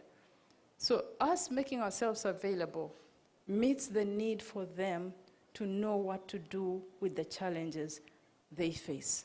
And I just want to add by saying that for those who think you have nothing to offer, those of my generation and others, you're probably sitting on someone else's answer. Somebody's son needs that answer. The rate, I digress again, the rate of suicide is frightening in Uganda. When you trace back to find out where these young people committing suicide, they are the simplest things to solve. Why? Maybe because some people are just not speaking out when they should. So yes, the bridge must be built between us and them. Thank you. Just to stay with you more on the theme of younger people. Younger people have also been raised in the contemporary terms to be able to cost, for example, their labor, to know what they want, and especially if they are born again like you and me, if they go to the prayer room and God gives them a certain figure sum, they call it a 7-figure sum for which to work, they may not take anything less. So we are constantly confronting younger people who cannot take advantage of mentorship and basic training because those from whom they would have learned from don't have the means to pay them their market, their unit cost of labor on the market. And that is creating a disjuncture between the older generation and the younger generation. So what advice would you give to address that situation? The young, I need to get your question right. They have an expectation of how much? Yes, they have an expectation. They have costed their labor. So if someone says, if I'm going to be your research assistant, this is what it will cost me. But the person for whom they were to work for, or even if it may be selling for someone in a boutique to pick skills and anything, the person they're supposed to learn from does not have the means to support them to learn from. Okay. And the younger people will not settle for less. I mean, I don't even want to go into basics, like for them to do anything around the university, they have to be paid. It's no longer really free, even to learn, by the way. But we shall not go there. That's another secret we shall speak off camera. So the issue is they cost everything. And yet those who are supposed to meet that cost don't have the means to meet the cost. And yet we are saying younger people must learn. And I'm asking this to you because, one, you talked about growing through the ranks. I believe you started from the bottom. They are reading motivational speeches and books which talk about them leadership. By the way, everyone now is training leaders. We are not training followers. So whichever grants come around, they're training leaders. So what do we offer, or what advice do you give this generation, given the circumstances? Thank you. Okay, I think it's, the Bible says, do not despise the day of small beginnings, because it is a beginning. If you have nothing, how can you despise what you don't have? how do you know what is embedded in that small opportunity? Because what is embedded in a small paying job could be much more than millions of shillings that you're looking for, 7-figure salary. It is true I started on an embarrassingly small salary, and making ends meet was tough, especially because I was a young mother, I'd just had kids, and I was earning a very, very small salary. I made a decision early on in my life that I would not compromise my integrity for whatsoever. And you must never. Number 2, I knew that wherever God placed me, whether as an assistant, I don't know what they were called, as assistant administrative officer at that time, which was the beginning rank, or I was a supervisor or higher, within each position I had, there was more than the salary that I was seeing. I can tell you, friends, that I am here not because I met big people and I was paid a lot of money in my jobs. I am here because in that small job, I built social capital. I met people who have made me who I am now, all across this country. People who recognize that this one is not money hungry. This one is going to put in the extra hour and not ask for overtime. This one is going to give you a report that you won't have to correct twice. That if she said she was going to be here on time, she was going to be there on time. That if it was serving people, she was going to serve whether she was a big person. And when I say serve, I'm meaning serving tea as well. Because a lot of us don't want to serve thinking it is demeaning us. It's just that when you think like that, you have lost opportunity to lead, because you cannot lead until you serve. And so my friends, young ones, students here, the cost of living is high, but the jobs being offered pay you peanuts. However, without peanut is the seed to grow. And I would encourage you, do not despise any job. Do not despise small jobs. You don't know who you will meet in that job tomorrow. And that is the person that could lead you to become the next Commissioner General.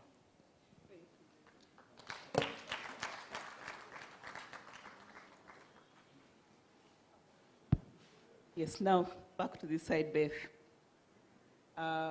Of course, the women being celebrated today are women who made great strides. They were pioneers. And we have seen women progress in leadership and decision-making. If there's anything Uganda celebrates, it's how many women it has put in decision-making, particularly in parliament. But we're also seeing a backlash in other things, in that is increased, but we also see increased cases of gender-based violence. We see many more cases of teenage pregnancy, as you're saying, and early marriage, as you say, child marriage, which should be extinct in this society. So what else do we need to do beyond putting women in decision-making positions to make sure that this ecosystem works for women and breaks the traditional gender norms, and we have more Sarah and Ntiros? Thank you. Thank you so much. I think there's so much we need to do. But in my mind, I have about 2 or 3 things that I usually try to say out. I don't know if I will manage today. But here is the thing. Most of these women in positions of influence, I think like Alan said, and as we have read about Sarah Ntiro and the rest, they face opposition. And for me, our opposition does not come from many places. As a young woman also growing up, I have encountered part of this opposition. You see a lady, you admire them. I can tell you my first admiration was my woman MP, may her soul rest in peace, Bernadette Vigirwa, if any of you remembers her. She really was so humble, so natural before I even saw others. And for information, I came to Kampala coming to university. Don't ask me the year. So the only person I knew was that lady who would come on top of her car waving at us. And I would be like, when I grow up, I will be like her. But let me tell you, these women face resistance. And as you grow up the ladder, what we have seen, the strongest form of backlash opposition comes from, how many men are in the room? Hands up if you're a man. There are not many, so I would say it. A lot of the opposition we face comes from you. And I want to tell you, brothers, you cannot do everything alone. You are missing out, and soon you will wear down. You better hold us by the hand and come along with the ladies on this journey to development. Colleagues, that's the first opposition. They will name it in all ways they can. They will tell you these are stereotypes. They will tell you you cannot do it. It has not happened anywhere and nowhere. It will not happen. To have, for instance, an institute of gender and development studies led by a woman, that won't happen. Watch the space. That is the first point of opposition. And I do not blame the men. The second point that we see where we have backlash is the structure of our institutions. For years on, for years in, the structure of our institutions is so patriarchal. And I was disappointed recently when I was reading. I told you I'm a student of philosophy. I learned that even Makerere started as a school for men only. You know, it's only recent that women were allowed on this campus. It's quite absurd. I never thought about it. So the institutions themselves have been structured in a manner that understands the behavior of men in leadership, and they don't understand the behaviors of women in leadership. And an institution like that will not support our growth as leaders. And when we are trying to penetrate that resistance and that difficult terrain, it many times presents as very draining. We get fatigued, we get tired, and what does our brain say? It is resistance, it is backlash. But the institutions actually don't know what to do. That's my second point that I wanted to drive. And the third and final one is also us as women in these positions, or those coming up in these positions, what legacy are we leaving behind? For me, that is one of the most painful things. You have ladies in very strategic positions, but instead of promoting inclusively, encouraging, mentoring, and doing things that we want to associate with, we do what we all know. That is very discouraging. The trail that we are actually, the footsteps we are laying, not many want to step in them. And that is very unfortunate. It is a button that I think as women leaders, and especially as the upcoming ones, Alan, please don't stop us from looking up to you, because we do. Please hold this button and hold it confidently, because we'll copy what you do. And in some instances, we paste. We don't even question. We paste. We say she did it. We don't know that you had the support. We don't know that you took time to rise to the ranks. We see what we see, and that's what we read and paste. And that makes us fall short of the seasoned mentors that we need as women leaders to learn from. And I think that is where also our the backlash comes from, because you cut and paste things when you don't actually understand how did we get here and where are we getting from here. I want to end it here. Thank you very much, everyone. But now we are going into the Q&A. You are going to have an opportunity to ask these gallant panelists questions that I was not able to ask. So can we see the hands that need to go up, and who is going to move the mic? And as the mic is being moved, I just wanted to add a small dimension to the motto of "Let us be men." It also had racial connotations. Because to the colonial master, Africans were never adults. They were big children. They were infertile, who you simply entertained with a few cowrie shells, and they gave you people, you gave them toys. They were there to be entertained by music and toys. So the putting up of these institutions to create men was to make them grow from being big children to being men as the white people were. So we have a lot to decolonize. Can I see the hands up? Oh yes, the VC has, the acting VC has the microphone, so we begin. Yeah, thank you very much. I want us to put this matter of our celebrated Sarah Ntiro in context.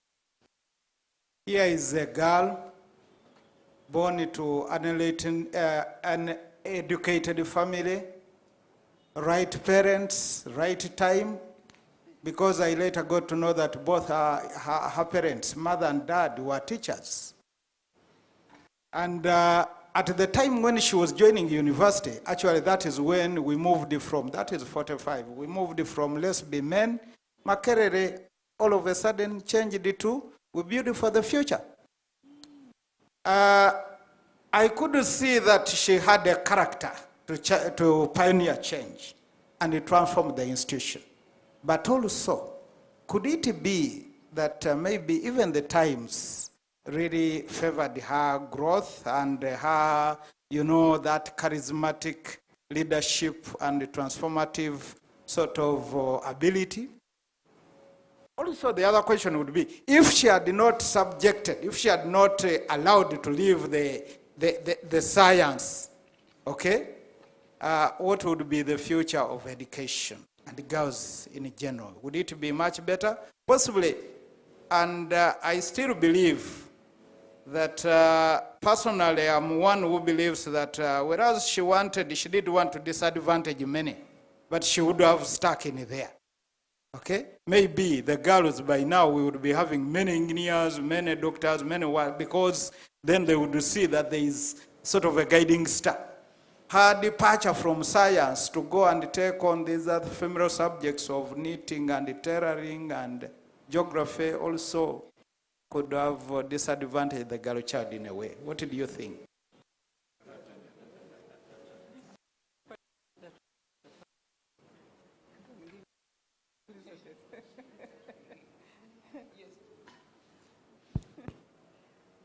Thank you so much, our panelists.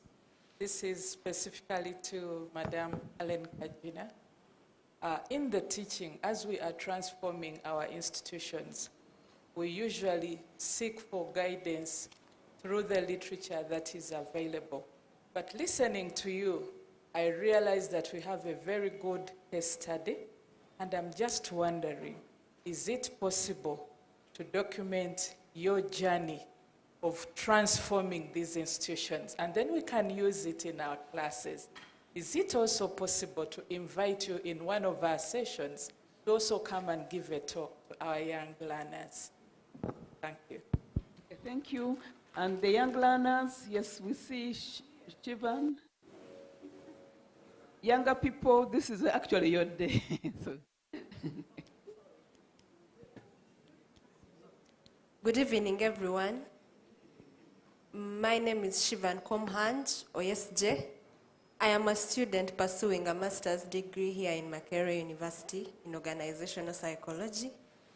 And my question, I liked the fact that our keynote speaker, Mrs. Ellen Kajina, emphasized the need to serve for you to be able to identify that you can be a leader when Professor Sarah asked her about the issue with young people.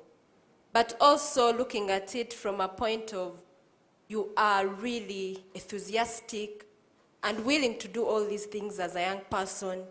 So maybe you identify these opportunities, you show up, you want to volunteer, you really want to learn and you offer yourself to understand these things. But also, and one of the things that I study in organizational psychology, organizational politics and all, that you realize that along the way, you're now being exploited. So you are a young person, you're showing up, and because you even have what to offer. You're good at the work that you're doing. And you're volunteering, you're doing things well, but this organization does not want to recognize you. So they keep you in that place, and then you're like, how long? Where is even the wisdom that I have to use here? So when you approach mentors and explain to them, they're like, no, you see, you young people are entitled. You want this and this, but you're doing your best. But these people are now just exploiting you. That's my question. Thank you. This side, younger people, yeah, there are 4 people there. I think most questions have been going this side, so there are 4 people. The lady in white, there's a gentleman in black, then there's one at the back and boy child. Thank you so much. Good afternoon to everyone. My name is Matov Peter, a student offering Bachelor's Arts in Music at the Department of Performing Arts. My question is I'm just worried about our culture. Most of we the artists try to move in, we try to depend in things like conserving culture. So how is our culture, what are the measures are you taking to protect the culture? Because now we are seeing that most ladies or women are using this opportunity to begin things like single mothers. We are seeing now them going to hospitals, getting, becoming women, getting homes whereby they only they can manage homes alone. We are seeing ladies who now marry men, like men are subjected to work while the women are the big, And in this, we are seeing that when we go to our culture, basing on culture, we are seeing that most of cultures are being and this, I think it's also going to bring upon whereby a woman will see herself as a man, so she might even be tempted to go for transgender, to become homosexual, so things like that. So how is the culture, what are the measures being taken to protect culture in that way? Thank you so much. Thank you. There was a lady in white before we go to the other two on the side.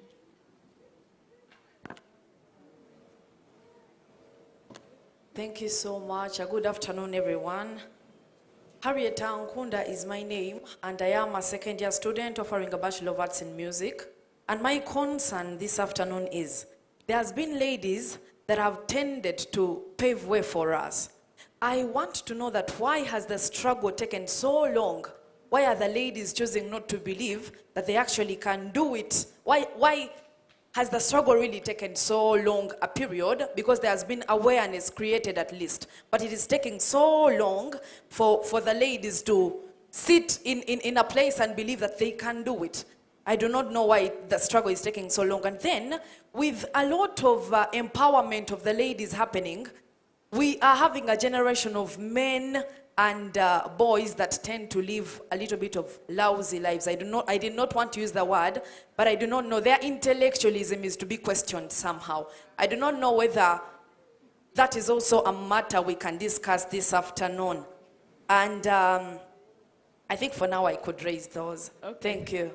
Okay, thank you. There was someone there's the girl here, and then the gentleman in orange. Then we shall come back to Professor Ntiro. All protocol observed. Good afternoon. My name is Angela Diana. I am a 4th-year law student at Makerere University. So my question is, let me build up that. So women empowerment is a movement that lives on through passing the mantle from one transformative leader to another. Personally, I believe in paying it forward.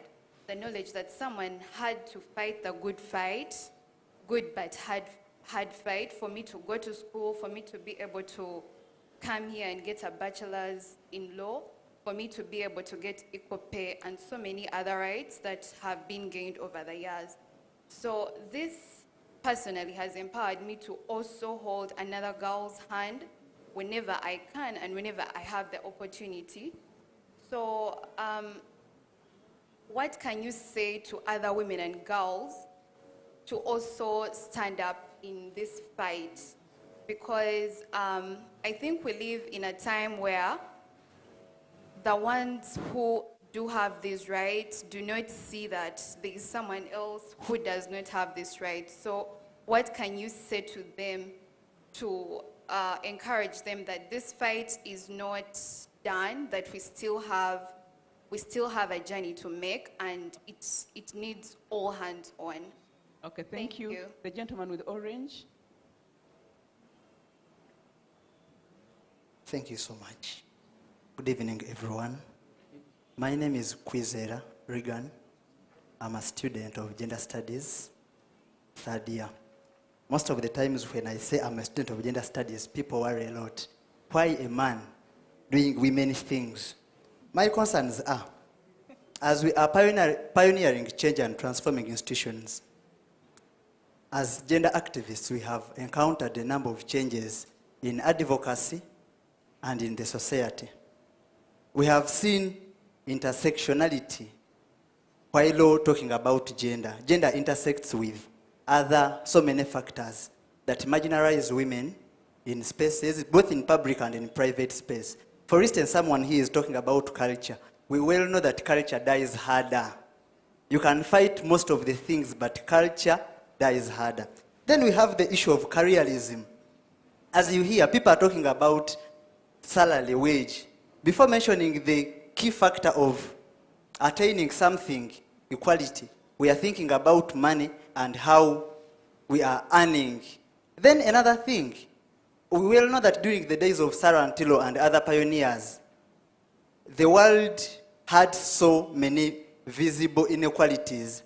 And we are living in the world where we have achieved some of these inequalities, and now we are fighting invisible inequalities. For instance, we have women in politics, and someone will tell you, what do you else want? Because if women are occupying spaces, we have women in education, but we see other inequalities that are invisible. How are we ready and prepared to fight those inequalities that we can't see with our eyes, but we will know that they exist? Thank you so much. Thank you very much. Dr. Ntiro, then we come back to answering the questions, then we shall do another round.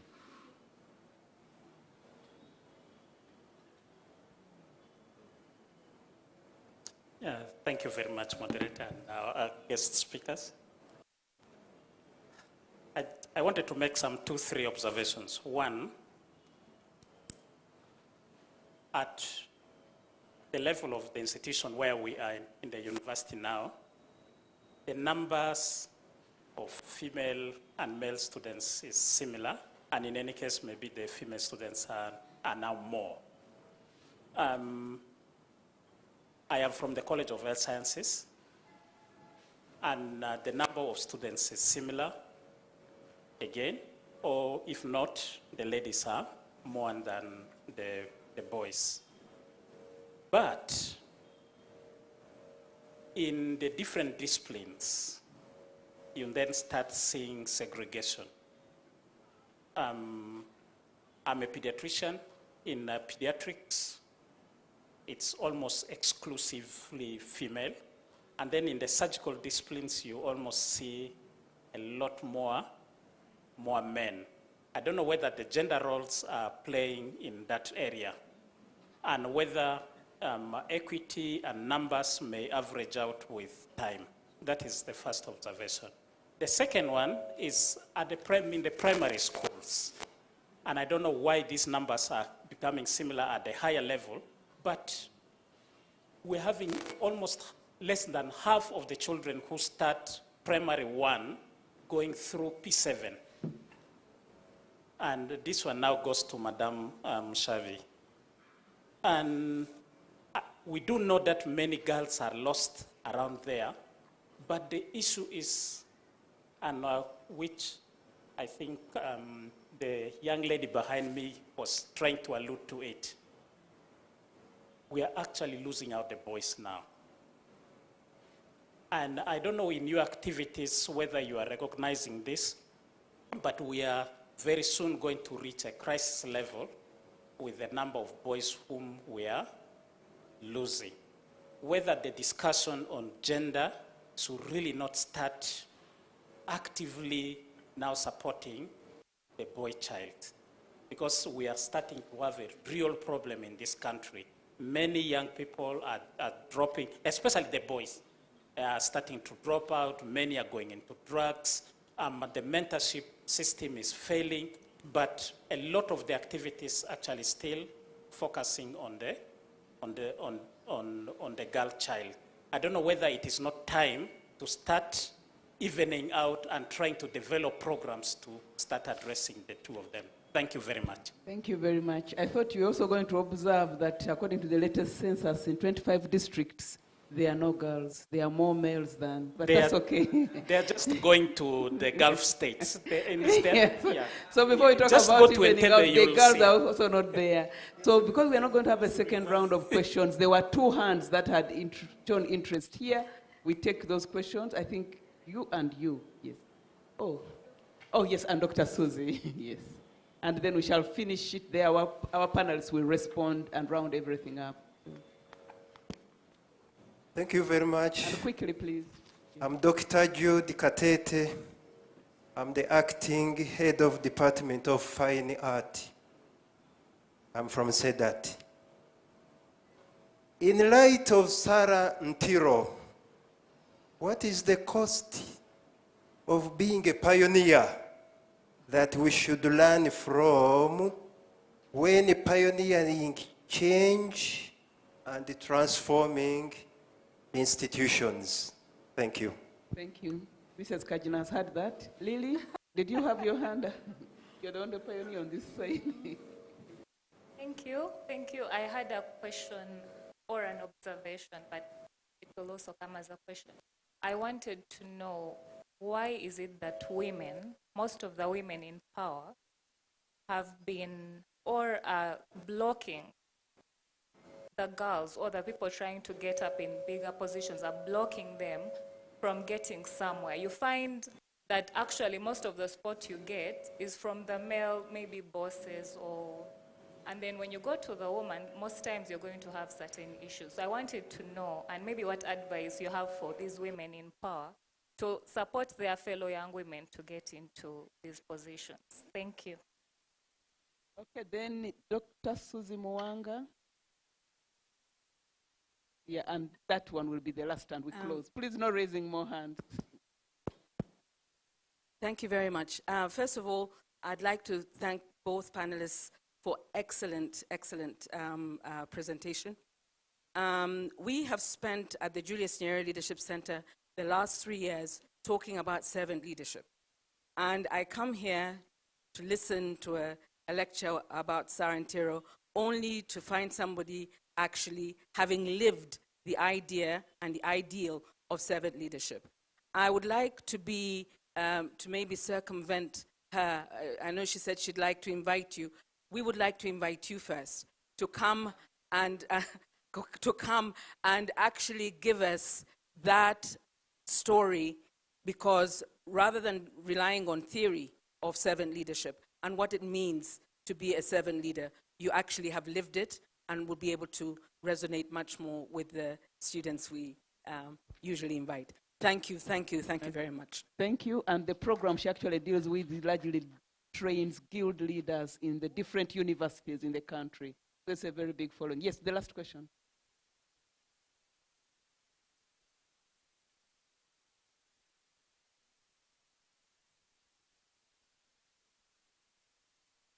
Thank you very much. I'm by the names of Katusabe Jamil, third year student of gender studies. What I observed or what I heard, and it was actually, it has been itching me all over when I heard about it, and it has been happening, and it happened some few weeks back. It is all about suicide among the school-going children or the young children, whereby you find that failure to pay attention to their issues, that seems like useless to their guardians or parents, but later on it costs their lives. So it's like I pose this question to you, that what are you going to do? What strategies are you going to lay in societies to those parents, those guardians, as well as the government to make sure that they educate these parents, these guardians who actually pay less attention to the issues, these minor issues that actually cost the lives of these young Ugandans who tomorrow will be presidents, important people who will help people.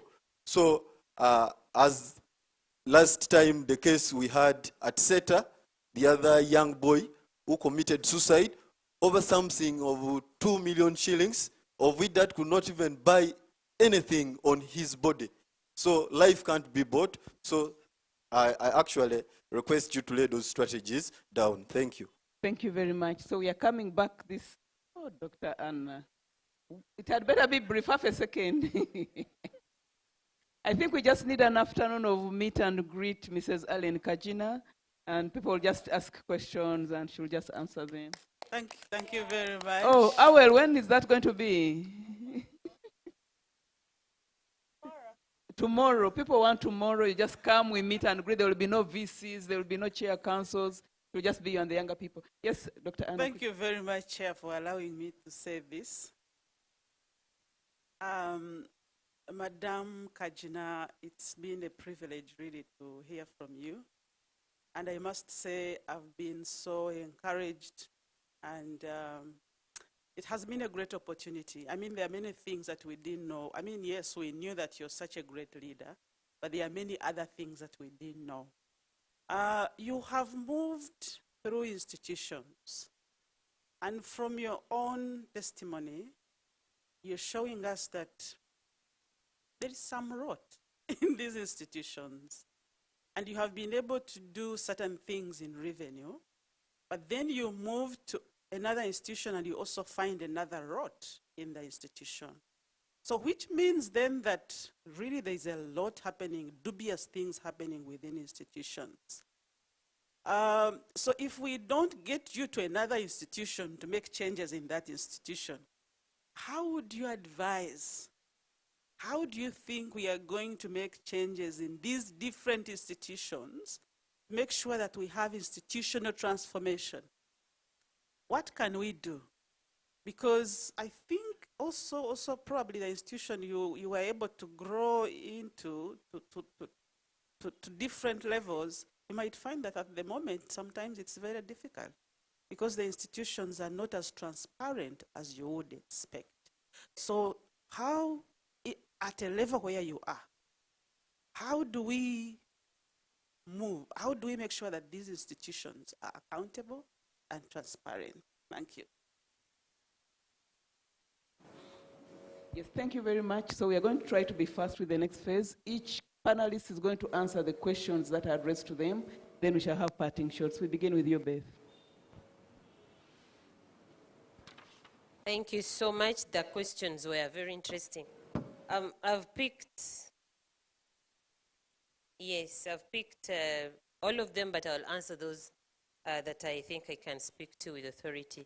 I want to contribute answering Alan to the first one, the very first one, where the VC is asking whether Sarah was supported, whether the circumstances actually supported her growth, and whether also her concentration on the humanities probably disadvantaged and denied us women scientists.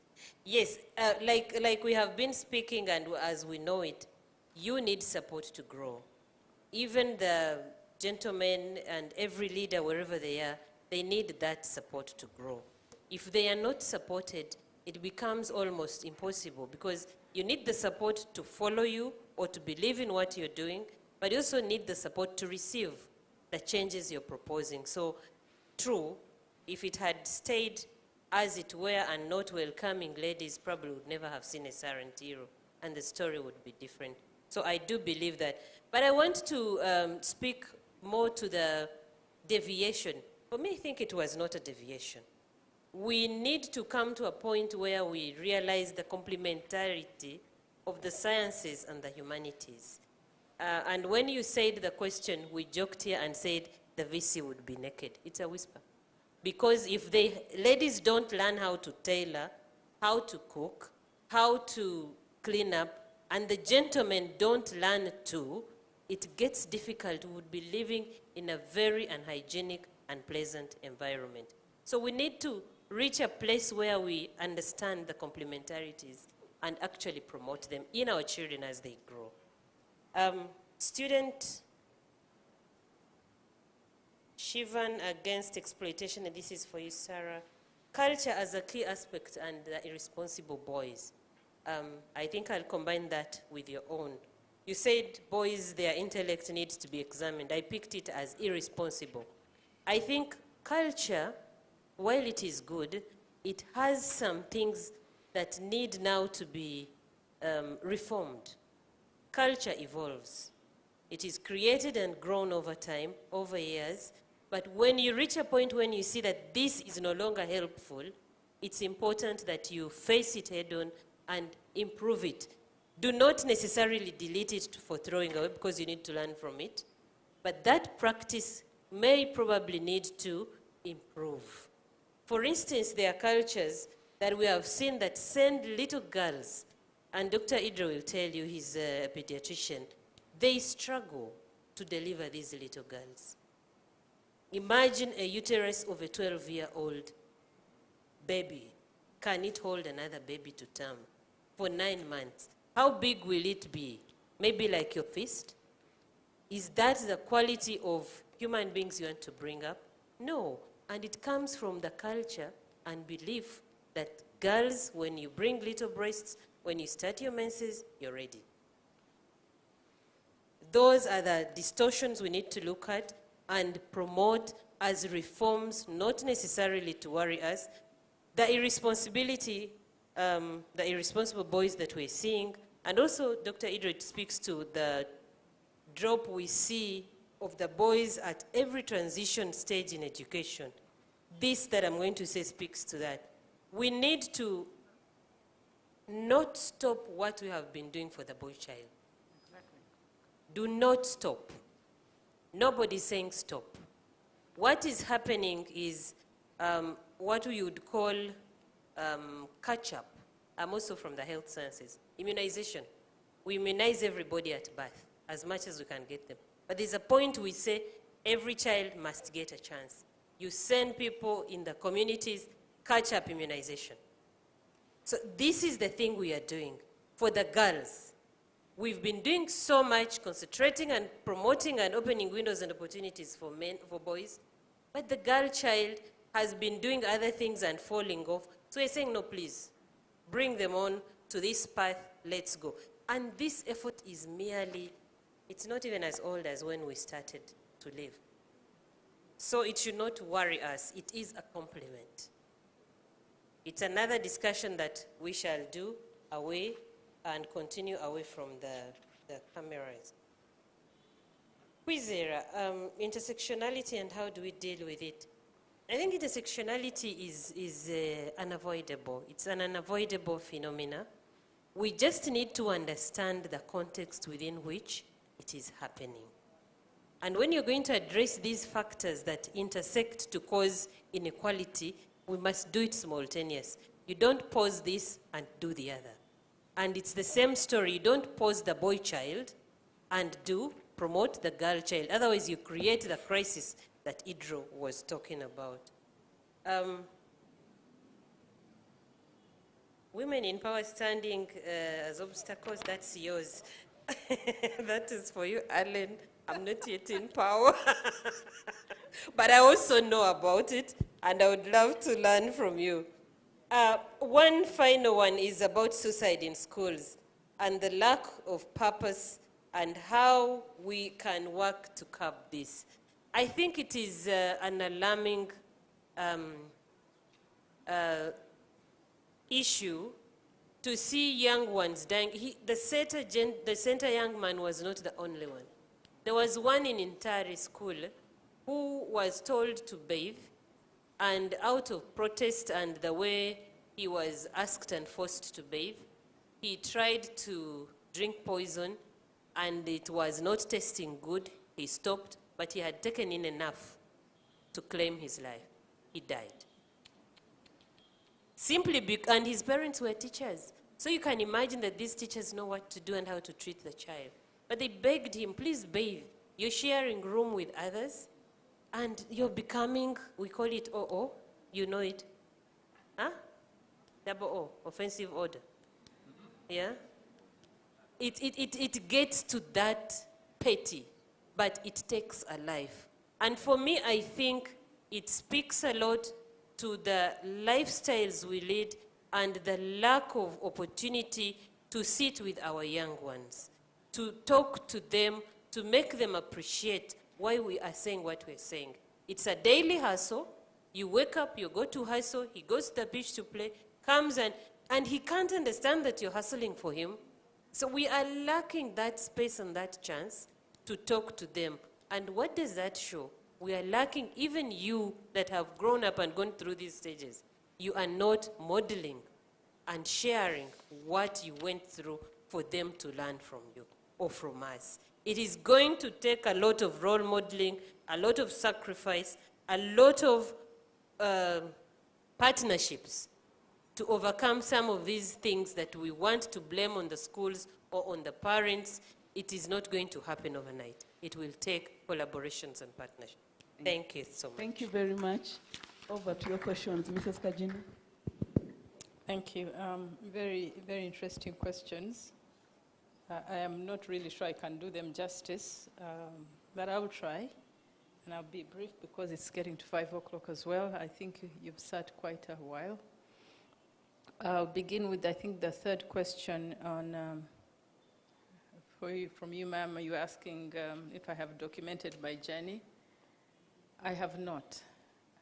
I have not because it's not that I do not want to. First of all, time has been a big challenge. Now I have no more excuses. Secondly, it has been really a personal fear, and I'm just making this public confession now, a personal fear of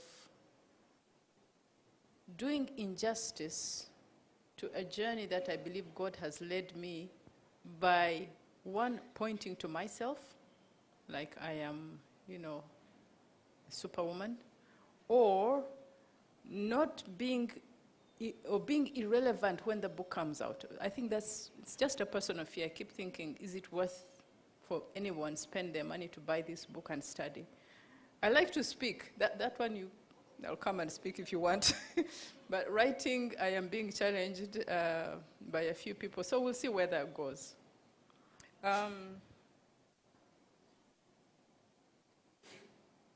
There was a question from a young lady about being exploited in institutions. That's very sad.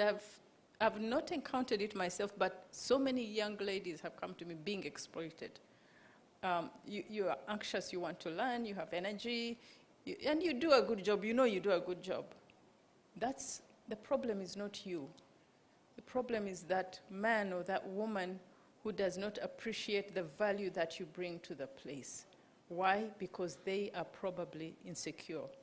And so you present a challenge to them that the only way they can deal with it is to suppress you, or to exploit you, or to use your talents to take credit for what you've given.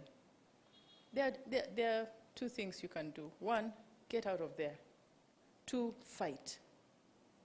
I always think those options should never be given up.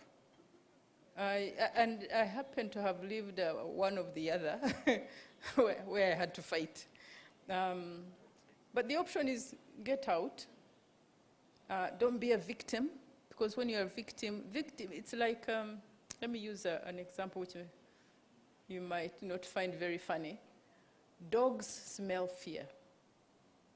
So when a dog begins barking at you and you run, it runs after you. If you stand your ground, it knows it has met its challenge. We need to be the kind of person who will stand up to this person and say, no more, not me. You don't exploit me. I can give you my service, I can give you my value, but you don't use it to bring me down so that you can take credit. So get some muscle. Get some muscle and fight for what is your value. I just wanted to tag on a question that was raised on culture. and how now things are turning around and it's trendy to be a single mother, I actually find that deeply disturbing. Because I don't think community was meant to be single mothers. And unfortunately, the consequences are seen much later by your children paying the price because they never got a father. There is value a father brings into the home, and it brings wholeness. And when our young ladies say, I can be alone, I don't need a man, I'll just get a child, you go to doctor, somebody, and get Ntiro, what? Vitro. Yeah, and there are many doing that. But you are talking about yourself. What about the life that you're bringing out of you? Has the child been given the choice to say, I don't need a father? And so some of these things really do need to be addressed. What drives a young lady to say, I do not need a man in my life? What is that has caused her to become to, because I think that there's a lot of brokenness there. What has caused them to come to that point? Address that. Address that. Why have ladies taken so long? I think there's a question from a young lady there, that why are we hearing about Sarah Ntiro, who 1925 when she was born? You know, there are so many other younger people that can be role models. By the way, some of your role models are your contemporaries. I think the problem we have is that they are not as celebrated as those who have made this impact. Secondly, they were pioneers. Pioneers tend to get more space, more public space in the media than those who are following in their footsteps. So I have to disagree with you that they have not taken so long.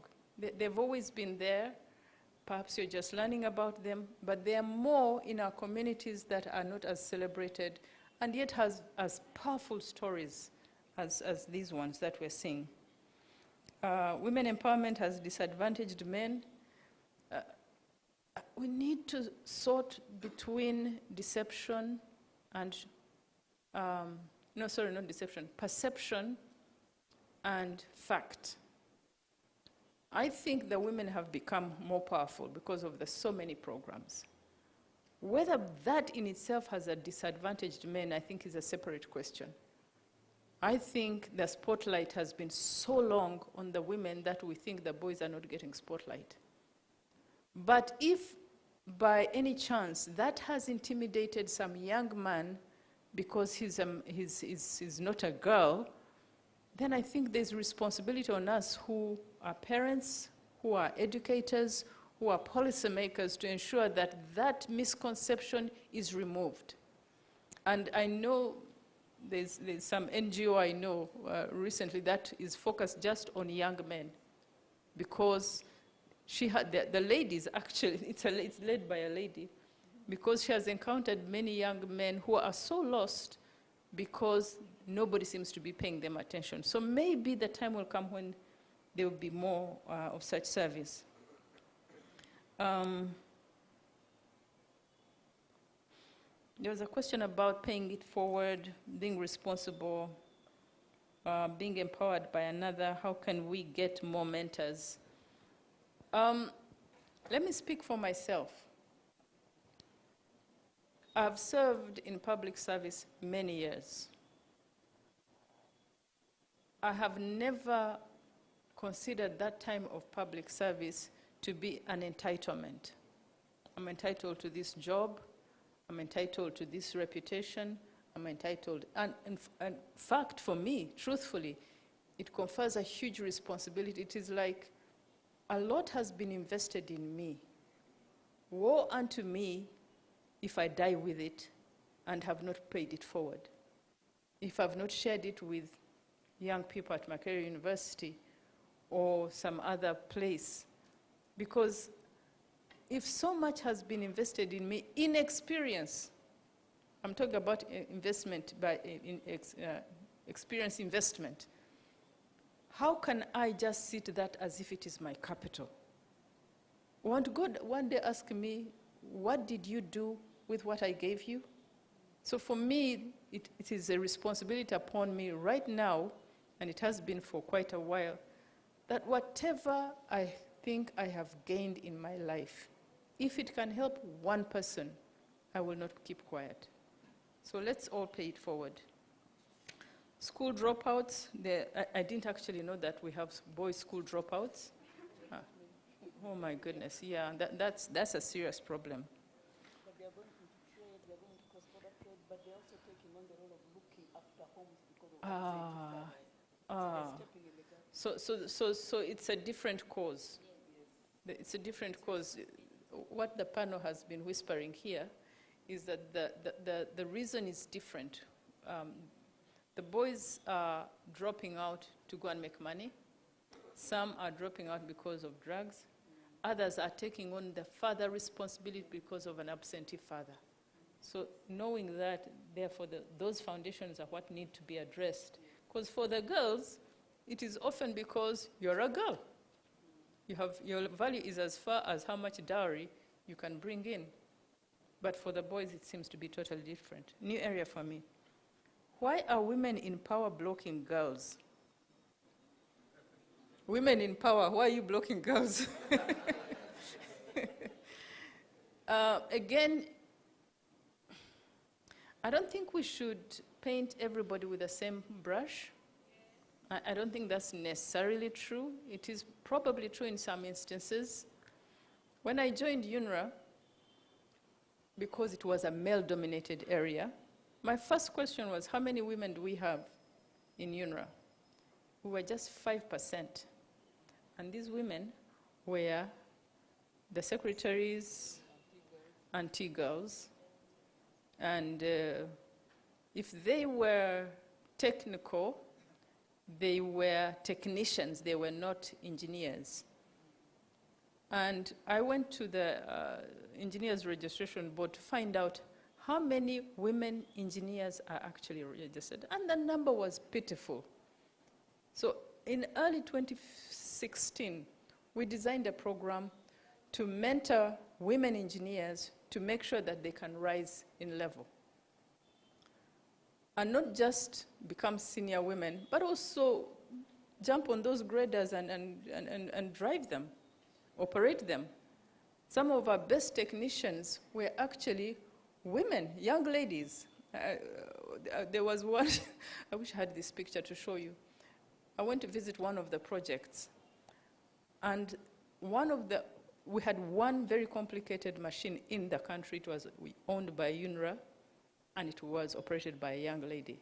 I was so proud just to take pictures with her to show there is no height you cannot climb if you can be supported and if you can prove yourself. So when I left, the numbers had certainly gone much higher. We had an empowerment program for women engineers, and the registration of women engineers increased. So I think I will not go into that bandwagon of women blocking women. Dr. Sozi, it will be my honor to come and speak. It will be absolutely my honor. There was a question, the cost of being a pioneer. Oh, story for another day. I have scars to show that when you pioneer, you actually don't know whether you will succeed. I'm not sure that Sarah Ntiro knew that we would be celebrating her today. She did not know that she would become this icon that we celebrate. You go not knowing whether you'll succeed, you go in spite of that, because it is the right thing to do. So let's not think that, it's grand, it's nice when you're a pioneer. It's very painful. There are mistakes you make, there are setbacks, there is resistance. But let me tell you, when you break through, it is all so worth it. Not because you build a name, but because the results are so visible and so powerful. We were talking about roads. I wish I had time to tell you about roads pre-2015 when I joined, and now. And the fact that I traveled across this entire country, so I know what it was like. I know where we are now. At the time that we handed over, I know the infrastructure that we have. I know the impact it has had on the growth of this economy. Actually taking us through COVID was majorly because we could move, that goods could move across the country. Remember, trucks were allowed to move, the rest of us were grounded. So infrastructure is really powerful. And I think that the fact that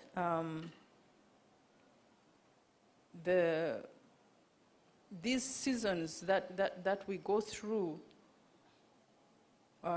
seasons of change, like I was talking about earlier, the changes that have taken place with the trade wars, the fact that we have leaders who are pioneering some of those big things, they may never even leave the benefits. Maybe their children and grandchildren will benefit, but it is so worth it.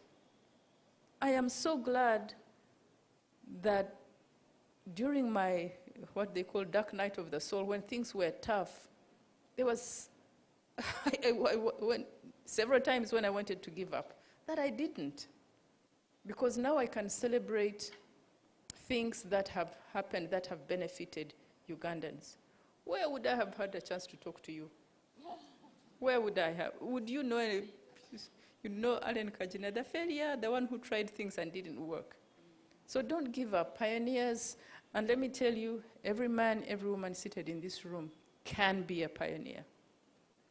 Anyone here can be a pioneer.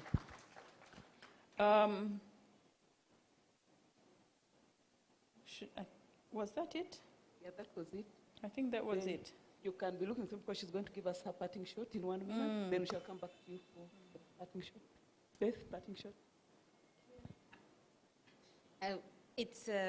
It's a pleasure really and an honor having spoken to the audience like this. But one thing I want to leave with us is, as advocates of change, it's going to be uncomfortable at times. And normally the rewards come much, much later when you think you should give up this struggle. So my parting shot is that for whatever you're doing, if it is in line with advancing fairness and equality in society, do not give up. Thank you. Thank you very much. As we come to you, just know that the road to my village is wide enough to land a chopper.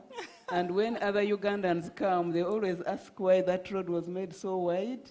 That is the Muyembe to Nakapiripiri road. Why did you make it so wide to land a chopper? But that's not for you to answer.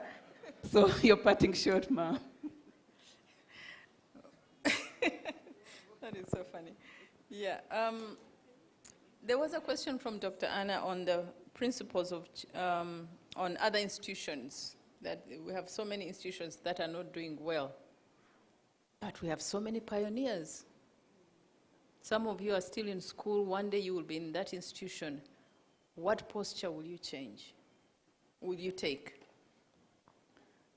It is true also that there are some institutions which are, for lack of a better word, there's so much mismanagement and corruption, and it is almost protected. You can't penetrate through. The thing is that a lot of people, when you are given an opportunity to work there, you say no. You say no because I cannot be part of that.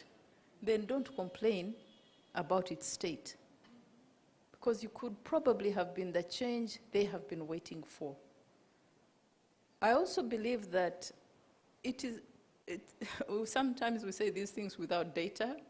I think it would be good to do a scan of institutions in Uganda and find out if actually things are as bad as we think. I happened to do this out of interest to see what is happening elsewhere, and I'm actually encouraged by some institutions.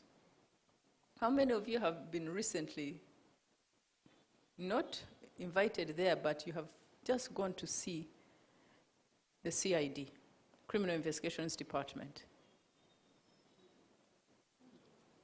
What do you think? When I say invited, not summoned. Yes, because it is an incredible change that has taken place. Incredible. 3 years ago, they invited me to go and, no, not answer questions. They invited me to go and talk to them, to talk to their leadership and management. Then they conducted me around the CID, Chibuli. My goodness, I have never seen anything in such a terrible state of disrepair. When you go there now, it's like night and day. 3 short years, total transformation. I attended one of their functions recently, where they had a joint session with the DPP's team. And I was so proud to see many young, very sharp, highly educated policemen sitting in the audience, answering questions, extremely smart. And it was a far cry from what I had seen before. So things are changing, but do you actually know that? Because if I mention CID, some of you will say, because you don't know. Ignorance is no excuse. Let us find out what is in our environment. I thank you. Thank you very much to my wonderful panel. And as we all go, just know that there are 2 things of addressing social problems. One is the behavioral aspect, and that is the transformation and the empowerment we undergo as individuals. The other is the structural transformation, which really talks to the issues within the ecosystem. So if you're talking about a girl being empowered to do very well, that's a behavioral approach. When you're talking about putting in place systems and policies and laws that prevent teenage pregnancy and exploitation, you're talking about the structural thing. We need to operate in both ways. And I hope from these gallant ladies that we have in this country, you have learned how to address issues both behaviorally and structurally. Thank you very much. Thank you. Thank you so much. I will beg our participants to remain on the stage as I invite our closing remarks speaker, but I think they deserve another round of applause because that was a really engaging discussion, and we thank you so much. It was really interesting to hear about the on-ground realities from you, Madam Mushabe, and the journey of change from Mrs. Kajina. I think we all benefited from that. So now I would just like to invite our chair of the Makerere University Council, Ms. Lona Magara, to give our closing remarks.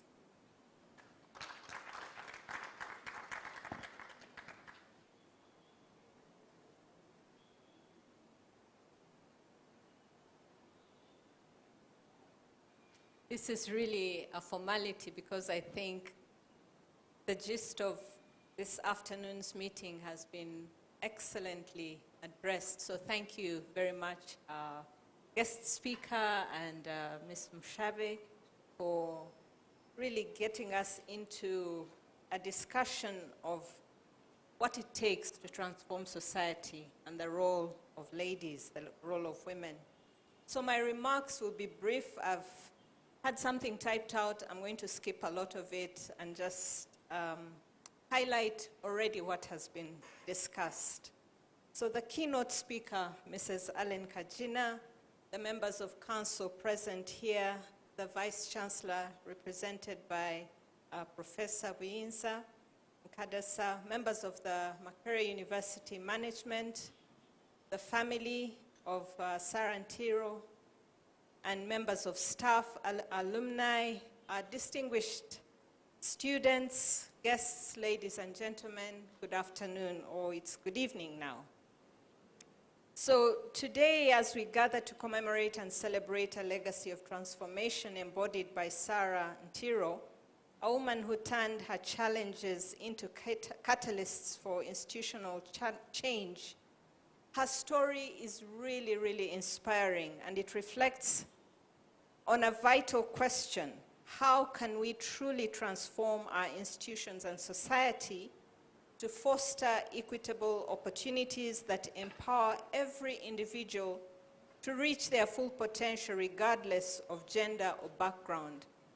As I read about Sarah and listening to our guest speaker, our keynote speaker, I realized that the change, the trigger of change is really living beyond the call to attend to self. It's living for a cause that is greater than self. Right. Sarah's Ntiro's life presents a powerful and instructive response to the question of how we can transform our institutions and society. And it has eloquently been articulated by a distinguished speaker, Mrs. Allen Kajina, who has also shared profound insights from her own experiences. And therefore, as we honor Sarah Ntiro today and reflect on the wisdom imparted by Mrs. Kajina, we recognize that both ladies exemplify principled leadership and institutional transformation. Their legacies provide valuable transformation templates from which we can draw inspiration and practical strategies to drive meaningful change within the organizations, but also within society that we are privileged to serve. And therefore, true transformation goes beyond breaking barriers and trailblazing change. It goes beyond being the first lady to do anything. It requires a relentless spirit dedicated to building sustainable pathways for those who follow. Now, Makere's journey of breaking barriers and relentless spirit of pursuing change is one that we can discuss at a later stage. Like has been mentioned, when Makere first started as a technical school, the motto was, "Let us be men." Can you imagine? Let us be men being a motto. But now, many years down the road, our motto is, "Let us build for the future." And so there's been a definite change. I'd like to challenge you to look at Makere's journey as an institution. We moved from a first-generation university through the second generation, through the third generation. We are now on the brink of being a fourth-generation university, and that's one that is that focuses on societal transformation, meaning you're studying not for knowledge's sake, but to impact and transform society. Sarah Ntiro's life teaches us that adversity is not a roadblock, and Mrs. Kajina kept talking about it. Challenges are not roadblocks, but launching pads. The institutional and societal challenges she faced did not diminish her spirit. They fueled her lifelong advocacy for fairness and equality. Her story reminds us that pioneers do not wait for change, they create it. They look beyond existing limitations and imagine possibilities that others may even not see. Our keynote speaker, Mrs. Kajina, powerfully articulated that transformative leadership is not about being the first woman in the room, but ensuring that you're not the last. Her journey as the first female leader of the URA and later UNRWA embodies this principle. When women lead with courage and vision, they don't just change organizations, they redefine the very essence of leadership. And so, just an example of a change that has really transformed the figures that Dr. Idru talked about. In August of 2019, the University Council took a significant step by approving an affirmative action policy that mandates a 40% enrollment quota for female students in the STEM subjects, in science, technology, engineering, and mathematics. This is more than just a policy. It is a commitment to breaking historical barriers and reshaping the future of education. In the most recent graduation of January this year, 53% of the graduates were female, while 47% were male. So I believe that policy has begun to leverage what we were really pursuing, that we lift up the ladies. Actually, even the PhDs, we had more women graduating with PhDs than men. So as we move forward and review the university's strategic plan, we must extract lessons from the past, make the necessary adjustments, and step into the future with a sharper focus and enhanced precision. Maybe now we need to again consider what's happening to the boy child and rethink how to keep encouraging them and not lose them on this journey. So to our students, to the researchers and leaders in this room, may we all draw inspiration from the life of Sarah Ntiro and from our distinguished speaker, Mrs. Allen Kajina, and recognize that one, we are not merely witnesses to change, we are its architect. And then secondly, every challenge we encounter is an opportunity to reimagine possibilities and shape the future. Third, we must choose to live for a greater cause. We cannot be self-centered if we want to make change, lasting change. Then fourth, it takes courage. Therefore, be courageous. Stand up and be counted.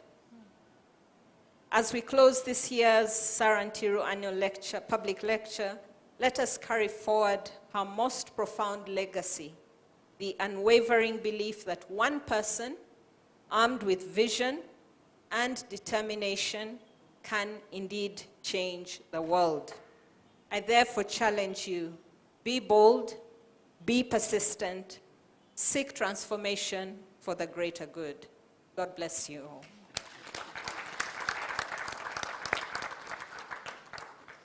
Thank you so much, Madam Luna.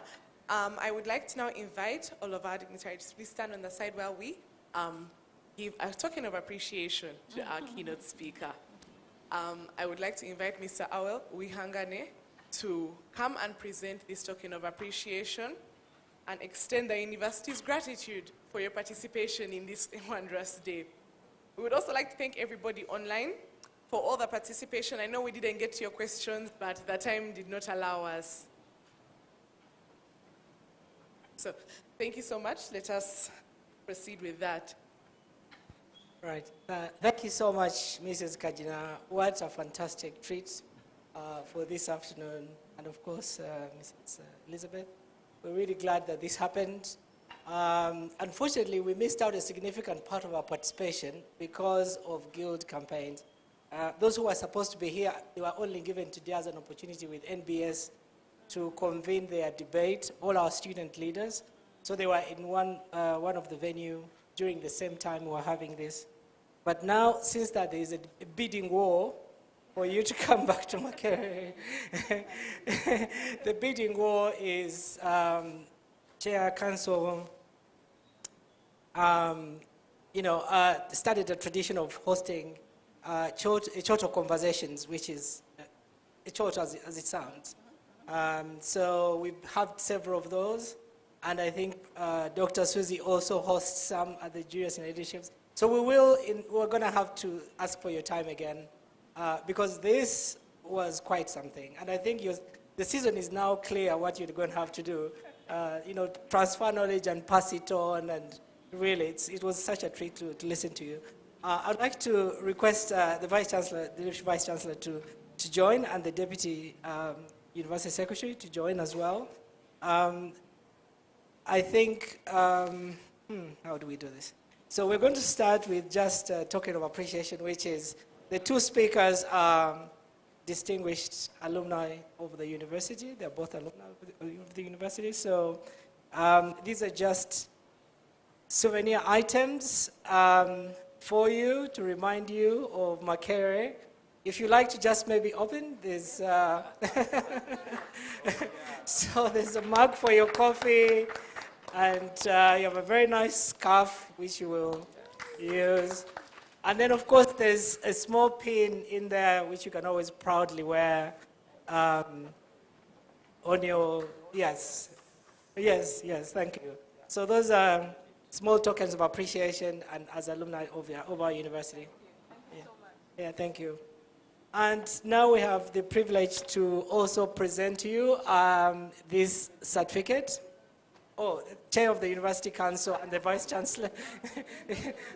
Yes. Sorry. So we can just do a group for it, yeah. Okay. And Professor Sarah and Vice Chancellor, please be in the frame. Yeah.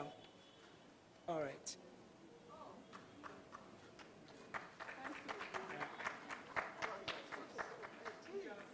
Yeah, fantastic. So you're welcome. Yes, thank you. We're really honored to have you here. So how do we do photos, Isa? Is that good?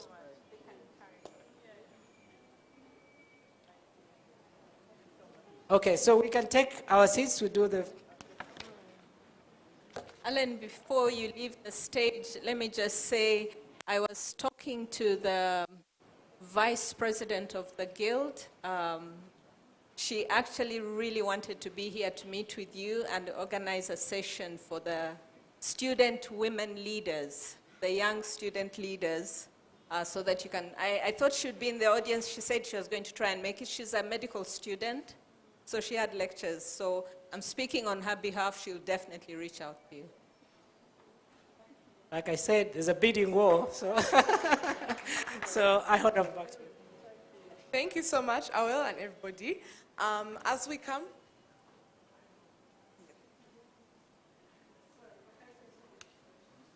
so I forgot, I think there's this concern about missing out on young men, and which has been awkward. So I need to apologize to those two young men. They were the ones who were supposed to present you the gift and the certificate, and it skipped my mind. So, or you can take a photo afterwards, arrange for your apologies.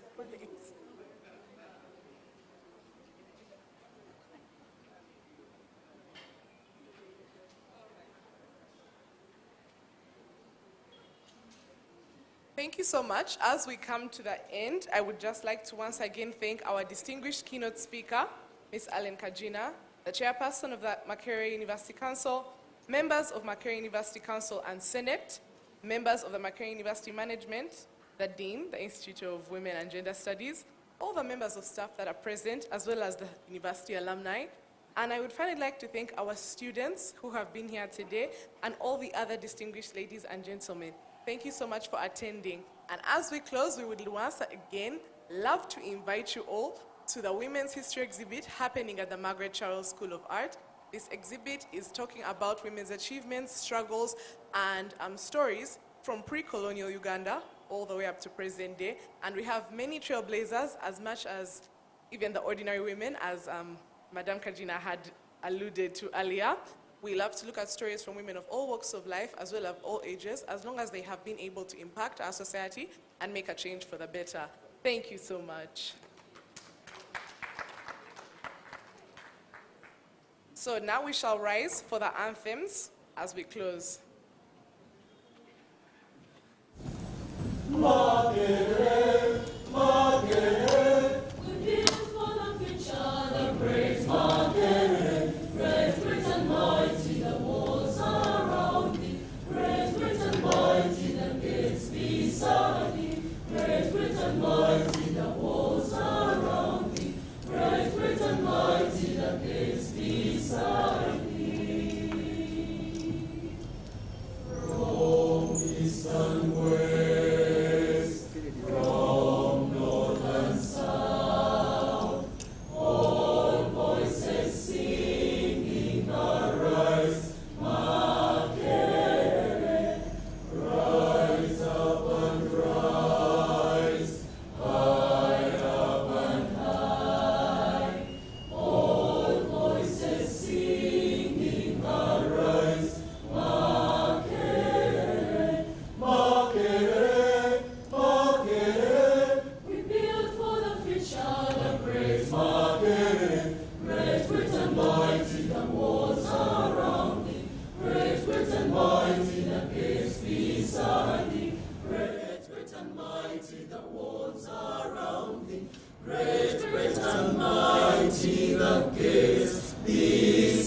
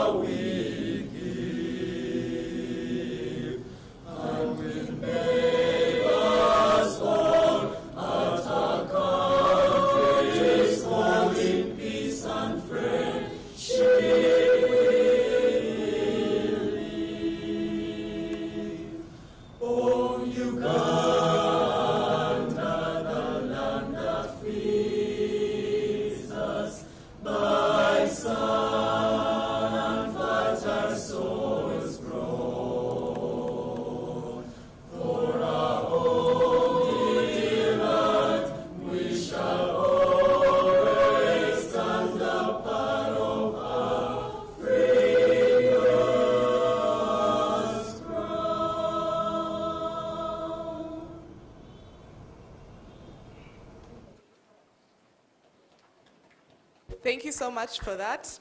I hope everybody enjoyed today as much as I did. Have a wonderful weekend.